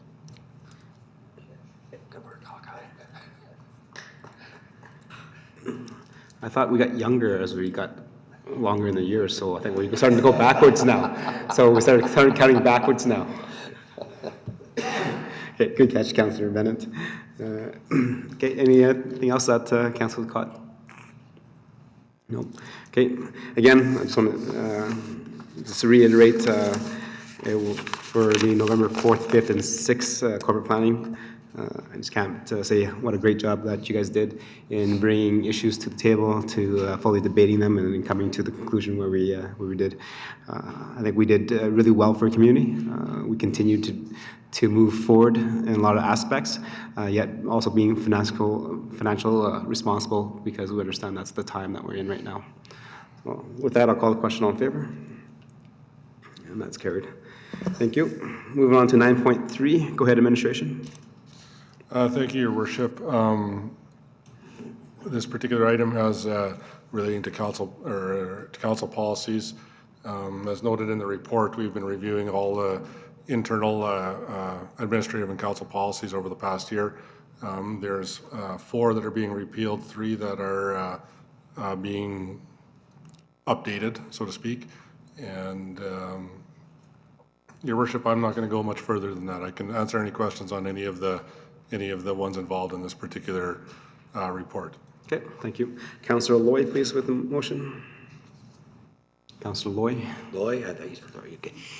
Yes, thank you, Your Worship. The Town Council, 1, repeal council policies as outlined 263-04-00 canvassing and proclamations policies, C-C0-015 CAL performance review policy, 263-04-00 SP donations to charitable organizations policy, 263-04-00 SP council retreats policy, and 2, approved council policy C-C0-038 proclamations policy, C-C0-039 CAO performance review policy, and C-C0-040 cash donations to charitable organizations policy. Okay, thank you, Councillor Loy. Members of Council, we had a chance to kind of go over it. Any questions, comments regarding the policy changes? I think it's just, we'll tidy up. So thank you, administration, for doing this. I believe this has been a year project of cleaning up some of our outdated policies and bylaws, so I appreciate this coming forward as well. Questions? No? Call the question, all in favor? Okay, and that is carried. Moving on to 9.4, Somerville Springs update. Go ahead, administration. Thank you, Your Worship. This is an update of the Somerville Springs project. As Council is aware, last October, an order pursuant to the Section 49 of the Safety Codes Act and the Alberta Building Code 2014 was issued by the town of Stony Plain against JJM Holdings Limited, the landowner in question. The order specified that the subject property was unsafe and required the demolition of all structures and the removal of all refuse by November 30th, 2018. As Council is aware, the landowner appealed the order to the Safety Codes Council. An administrative tribunal was held on August 21st and 22nd, 2019. The order was confirmed by the Codes Council on October 11th, 2019. At that point, the landowner had the ability to appeal to the Court of Queen's Bench only on a question of law or jurisdiction, and the deadline for that was November 11th, 2019. On November 8th, 2019, the town, through our solicitor, was served with a notice that the application was made against the town as respondent, and the applicant seeks a judicial review and an appeal on this and a stay of the proceedings of the decision of the Administrative Tribunal of the Building Sub-Council of the Safety Codes Council.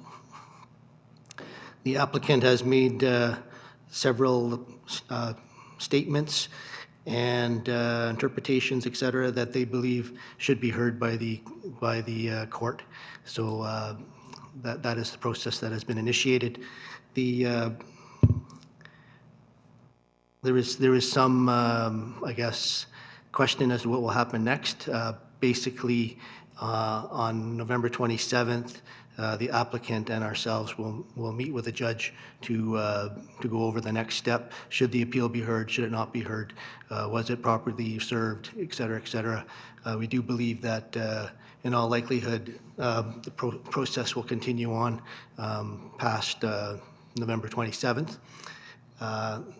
Right now, basically, the town is suggesting that the court set a hearing date in December, with which case the facts from the respondent side and our side would be brought forth before a judge, and then at that point, a scheduling of a hearing would take place, which is kind of like a mini trial that would likely take place in March. So I guess at this point, that is where we're at with this. It continues on through the process, and the town is doing all it can to represent our interests and to ensure the safety of our residents and of the property. Thank you very much, General Manager, for your update. Deputy Mayor, for your motion, please. Yes, thank you, Your Worship. The Town Council accept the Somerville Springs update for information. Okay. Members of council, we've had a chance to read it, and we just heard an update from our GM. Any questions or comments regarding that, and then maybe the process or the timing of what will happen next? Members of council? Deputy Mayor, go ahead. Yes, thank you, Your Worship. So at the bottom of page 336 of 342, can you help me to understand if we've been served and they haven't, which jurisdiction does this really fall under? Is it us that they have to come after, or is it the decision of the safety codes that they need to have served? This leaves a little bit of unclarity here for me. Your Worship, through you to Councillor Palechko, again, we were as well somewhat surprised by the serving and how it was served. Apparently, the lawyer for the landowner served the Safety Codes Council with a fax to their regular phone number. And apparently, they have proof of that, and they served us with a fax through our fax number, or our lawyer's fax number. So again, I think it caught the Safety Codes Council by surprise that a fax was trying to come through to their phone number, and then the second was that the phone number, I didn't know how to respond to that fax, I guess. I don't know all the ins and outs of that, but so apparently we'll go before a judge on Wednesday, and he will hear about these matters and determine if it was appropriately served or not, and listen to their lawyer, and we will be there to participate and move on to the next step as necessary. But, Your Worship, maybe I'll just add a bit further, and this may clarify, but I guess we're referring to them as the appellant. What they are doing is they are seeking judicial reviews. They're asking a judge to review the decision of the Safety Codes Council. It's not necessarily that they're asking that the town itself they're not appealing anything from the town. The decision by the Safety Codes can only be appealed on, as noted in here, matters of law, jurisdiction, and that is what they're appealing against. The decision of the Safety Code Council, not necessarily the town of Stony Plain in any way, shape, or form, although as we're the person issuing the order, we're considered as a respondent, I believe, in the legal term, so that's as well why we would be notified and involved. Thank you. Go ahead. Thank you, Your Worship. Just one other point of information. So it is our belief that if the hearing takes place next March and information comes forward, and there is a suggestion that new information should be brought forward or it should be handled differently, the judge would then go back to the Safety Codes Council and say to fix that problem or to correct that issue or open another tribunal or whatever steps might be necessary. It would fall back to them to do those steps as necessary. It wouldn't just be you were all wrong and throw it out or whatever. It would be on a jurisdiction or a point of law. Please correct this matter and handle it appropriately back to the Codes Council. Okay. So from my understanding of the previous updates is that that their appeal for us issuing them the demolition order was upheld. So we were correct based on number of safety codes. What they're appealing is the process of the law of how it got here. Is that correct, Your Worship? So, okay. And with that being said, is faxing a applicant or a defendant a proper process of the law to submit papers? Your Worship, I thought that usually it's registered mail or delivered in hand to the to the defendant. This is Your Worship. You are is a very good question. Our lawyer is investigating that exact point at this moment, and we'll be prepared to discuss that with the judge on Wednesday about whether this was properly served or not, based on the principles of law, et cetera. The interesting thing here is they've made this application, and in the lead sheet, the various erroneous interpretations, et cetera, that they're being claimed, but there's no affidavit to support their position. So basically on November 27th, here on Wednesday, we would suggest that there be a time limit for them to produce their affidavit, which would then say the reasons why they think there's been errors, et cetera, in law. And then we would have an opportunity, a date set for us to respond to their, or come up with our analysis of their affidavit and produce our own affidavit. And then those two things would go before a judge. And that's suggested to be December 18th. And then on December 18th, the judge would decide if it needs to go to a full-blown process, which would be an error in law process, and that would take place on March 13th. So basically, this is coming forward in December and again in March. Okay, so the saga carries on. Members of council, go ahead, Councillor Laurie. Thank you, Your Worship. Through you to administration, this development continues to be a significant risk to the community from a safety perspective, for just it continuing to sit. What options does the town have at this point in time, or do we have any options? Are we strung and bound at this point in time as to where we can take absolutely no action, or are there alternative courses and alternative processes that we can look at moving forward with in conjunction with these proceedings? Understanding that the result of these proceedings may have some bearing on what we've done, if we have done anything to move forward. Your Worship, through you to Councillor Laurie, I suggest those types of conversations would be best handled in camera and not in a public setting. So I guess I'll leave it at that. Thank you, Your Worship. And a secondary comment then to administration. Obviously, this is in public, as it is discussed here today in our council meeting. Have we prepared any type of a media release, given that we now have no media present in our council chambers, to communicate this out to our public to ensure that the message gets through? Your Worship, couple comments there. So as you're well aware, the report before you is publicly tabled, so it's open to the public, it's accessible, anybody can read it. When contemplating a news release or update to the public, so to speak, we were intending to await the 27th, see what happens at that particular time with the courts, with the judge, and then provide an update at that point in time. So I would expect the 28th, 29th kind of timing for, it would include this commentary as well as anything we find out on the 27th.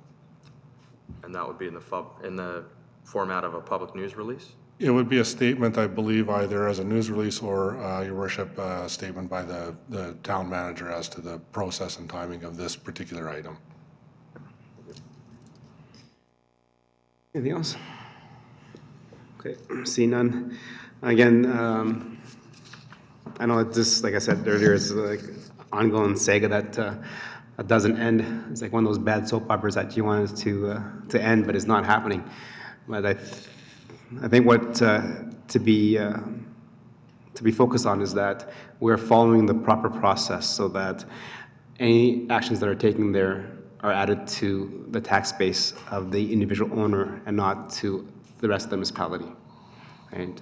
So there are rules and regulations that we have to follow, and sometimes it looks like we're not moving as fast as what we think that we should be happening, but this is all done to satisfy all the requirements, the legal requirements, so that we are not held liable for this project.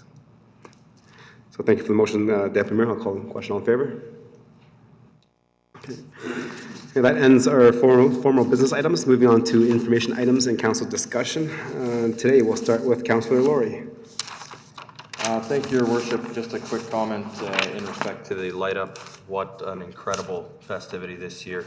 I have heard absolutely nothing but incredibly positive feedback. So kudos to administration on their execution of that. Kudos to Mother Nature for providing us with some beautiful weather for that. Especially to still be able to do that event while the downtown is going through its full revitalization.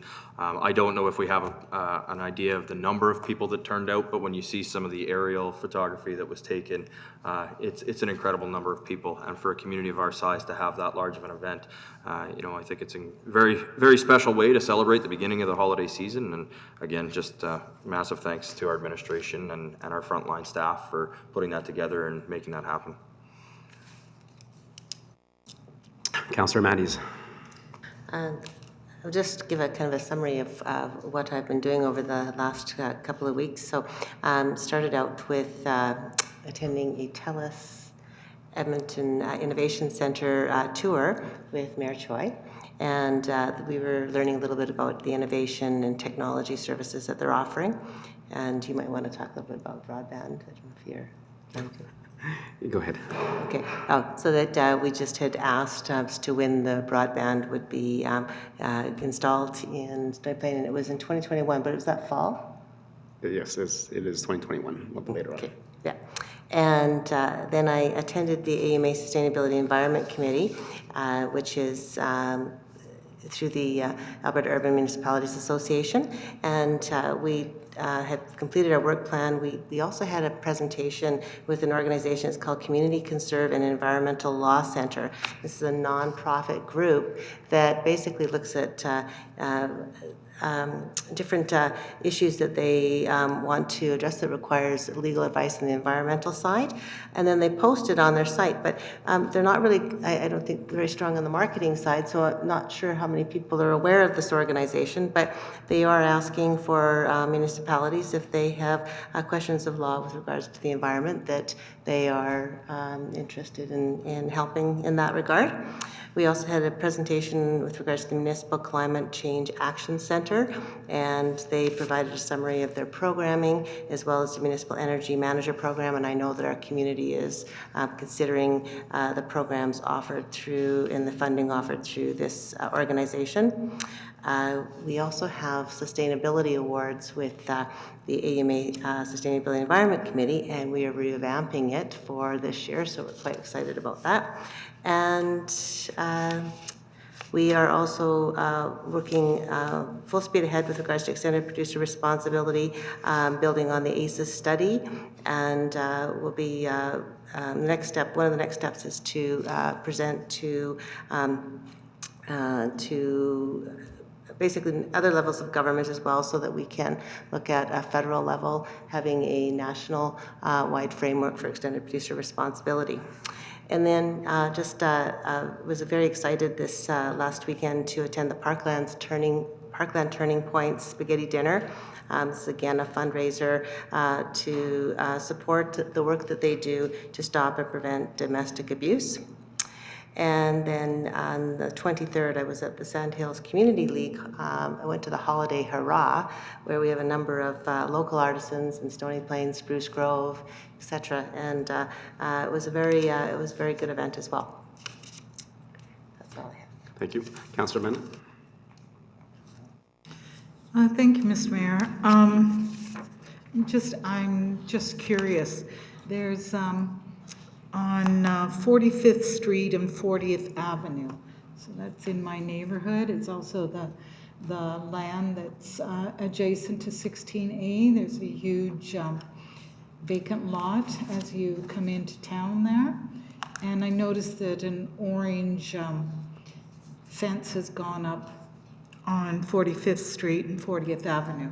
I'm wondering, is there a development permit, or is anyone has that land been sold? Your Worship, through you to Councillor Bennett, I will have to check on this parcel. I'm not familiar with this one, and I'll check on it and get back to you. Okay. Councillor Bennett, is that orange like a construction fence just to keep the snow out from blowing in? I was just hoping that I see that the for sale sign is down, so I was hoping that somebody is actually going to develop that piece of property that's been sitting vacant and not really doing much for our entrance into town when people drive by and see that huge empty lot there. So I was hoping that there was going to be some development there. Okay. And hopefully maybe administration can look into it and see if anything's done. Thank you. Anything else? No, that's all.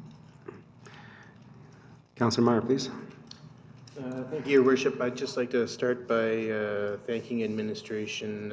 I had a few questions a couple weeks ago in the last information session, and I got very thorough answers, and I'd just like to say thank you.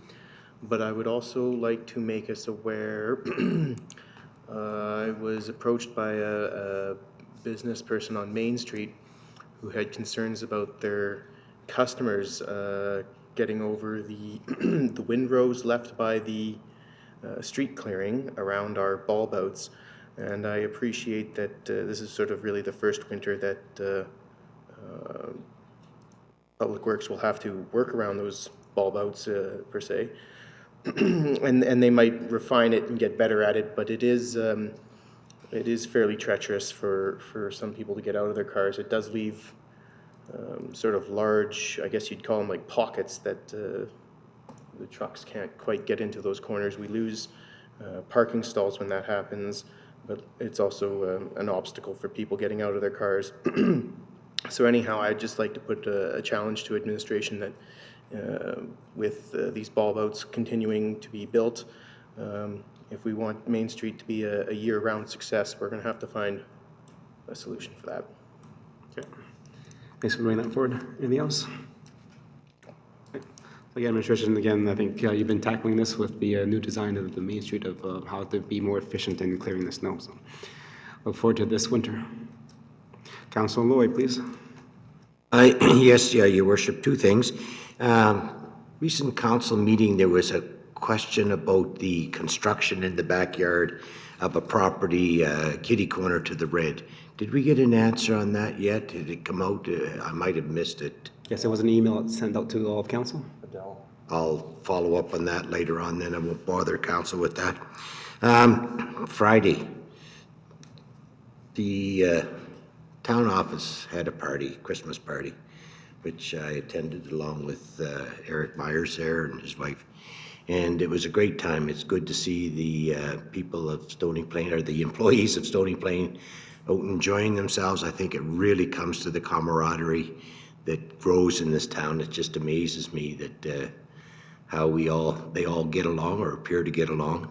And it was a great time, so I thank the town for that. Thank you. Thank you for For attending. clarity, they enjoyed themselves within reason. Thank you. And thank you for, on behalf of council, for yourself and Councillor Meyer for attending. Deputy Mayor? Yes, thank you, Your Worship. Through to administration, just a general comment. Range Road 12 seems to be a continuous ice hill. We need to pay a bit of attention to that road. The angle that comes down towards the tracks is fairly steep, and when there's ice on it, from the top of the hill to the bottom, and it's a consistent basis that corner is always very icy. So if we could figure out a way to make sure that as the spring thaw comes and goes for the winter time, we have someone maintaining that on a little bit better basis. My concern is for the residents that are coming down that road, and there's a number of them on a regular basis, the inability to stop and the amount of trains. We're pretty fortunate right now with the trains that they're not going that bad, but if it has been like it has been in the past, we would have a serious problem going there. So if we can just make a note to pay a little more attention to that, especially that hill, not necessarily the whole road, but that hill is really bad. Okay, thank you. Anything else, Councillor? No, that's it. Okay, thank you very much. And just a couple things to highlight to council.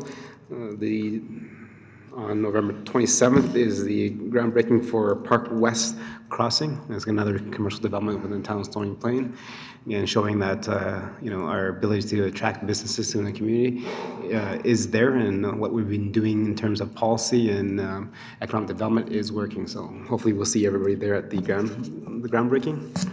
As well, November 30th is another groundbreaking. This one is for the Stony Plain Alliance Church. As many of you recall, about 3.5 years ago, almost 4 years ago now, 3.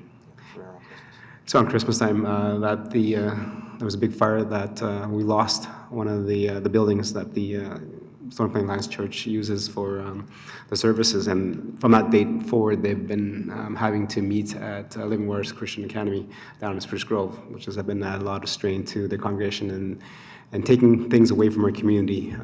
As you recall, Stony Plain Alliance Church has been very integral in developing our community and kind of keeping it together. So they'll be having a grand opening on the 30th, so hopefully members of council are able there to show their support, and I look forward to having that developed. I do have one concern that was raised to me by quite a few residents right after the light up. It was a beautiful night, as mentioned by Councillor Laurie. A lot of the younger folk remember that the tree last year was a lot bigger than this year, and they're concerned why this tree is smaller than last year. And I could not answer them because I didn't pick the tree. So was there a reason why this one is considerably shorter than the last year's? Your worship, it's a year of reduction. Just kidding. The tree is actually donated by people from the community. So if someone needs a tree cut down in their front yard or on their property, then we reach out and we find a tree that's suitable to put in the downtown core. And sometimes the tree is larger, smaller, rounder, narrower. It's really, we try to get a tree that will fit that location and do justice to that location. Certainly it looks different than last year's tree. I think that probably was one of the better that I've seen in 6 years. But we don't go out and harvest a tree simply to put it in the downtown core. It's typically a tree that is scheduled to be harvested anyway. So we make sure that we can recycle the tree, and what comes up is what we tend to use in the downtown core. Okay. Thank you for that comment, and I'll bring that forward to the kids that have approached me. And again, if you're new to the community and you're not aware of it, we have a Christmas tree smack in the middle of our downtown on the corner of 51st Avenue and 50th Street. It has been a long-going tradition with the town of Stony Plain that third Thursday of every November, we do a Christmas light up, and that's the time where the community gets together. A lot of businesses donate goodies and have their stores open, so that allows that festivities to happen. What a great community building event that is. And as mentioned by the general manager, every year that tree is donated from somewhere in the community. So to have your tree showcased for a couple months as the town's Christmas tree is a great honor, and I think there is a waiting list. So if you do have a tree that you want to get rid of and you're able to wait a few years, please contact our staff, and then they'll put it on the list, providing that it fits some of our requirements. Okay, with that, yes. I know that on some of the social media, we had some videos of the tree light up and of our festivities downtown, but I'm wondering, is that on our YouTube channel or somewhere that I can share it with my friends and family that don't live here to brag about what a great town we have? Right, so I believe that we had a drone actually hired this year too to take this picture. So when can? No, I think it was released already. It was released on the town's public social media outlets, so you're able to reshare those as well. I have people that aren't on social media. It is on, well, YouTube is social media. Okay. Yes, YouTube, we also shared it in our Facebook page and also Instagram and Twitter. So good work, guys. Okay, with that, again, thank you very much, administration, for providing the agenda packages and looking at kind of cleaning up our bylaws and policies. Look forward to our next meeting, which is December 3rd, right? 3rd. 2nd, holy cow. Where is the year gone? So December 2nd is the next GMP, so we'll see you then. Again, administration, thank you for your job. Council, great conversation around the storm rates utility coming forward. There's going to be a little more discussion to go before December 9th, and then we'll have that finalized, and then we can move forward into the 2020 fiscal year. With that, we're adjourned.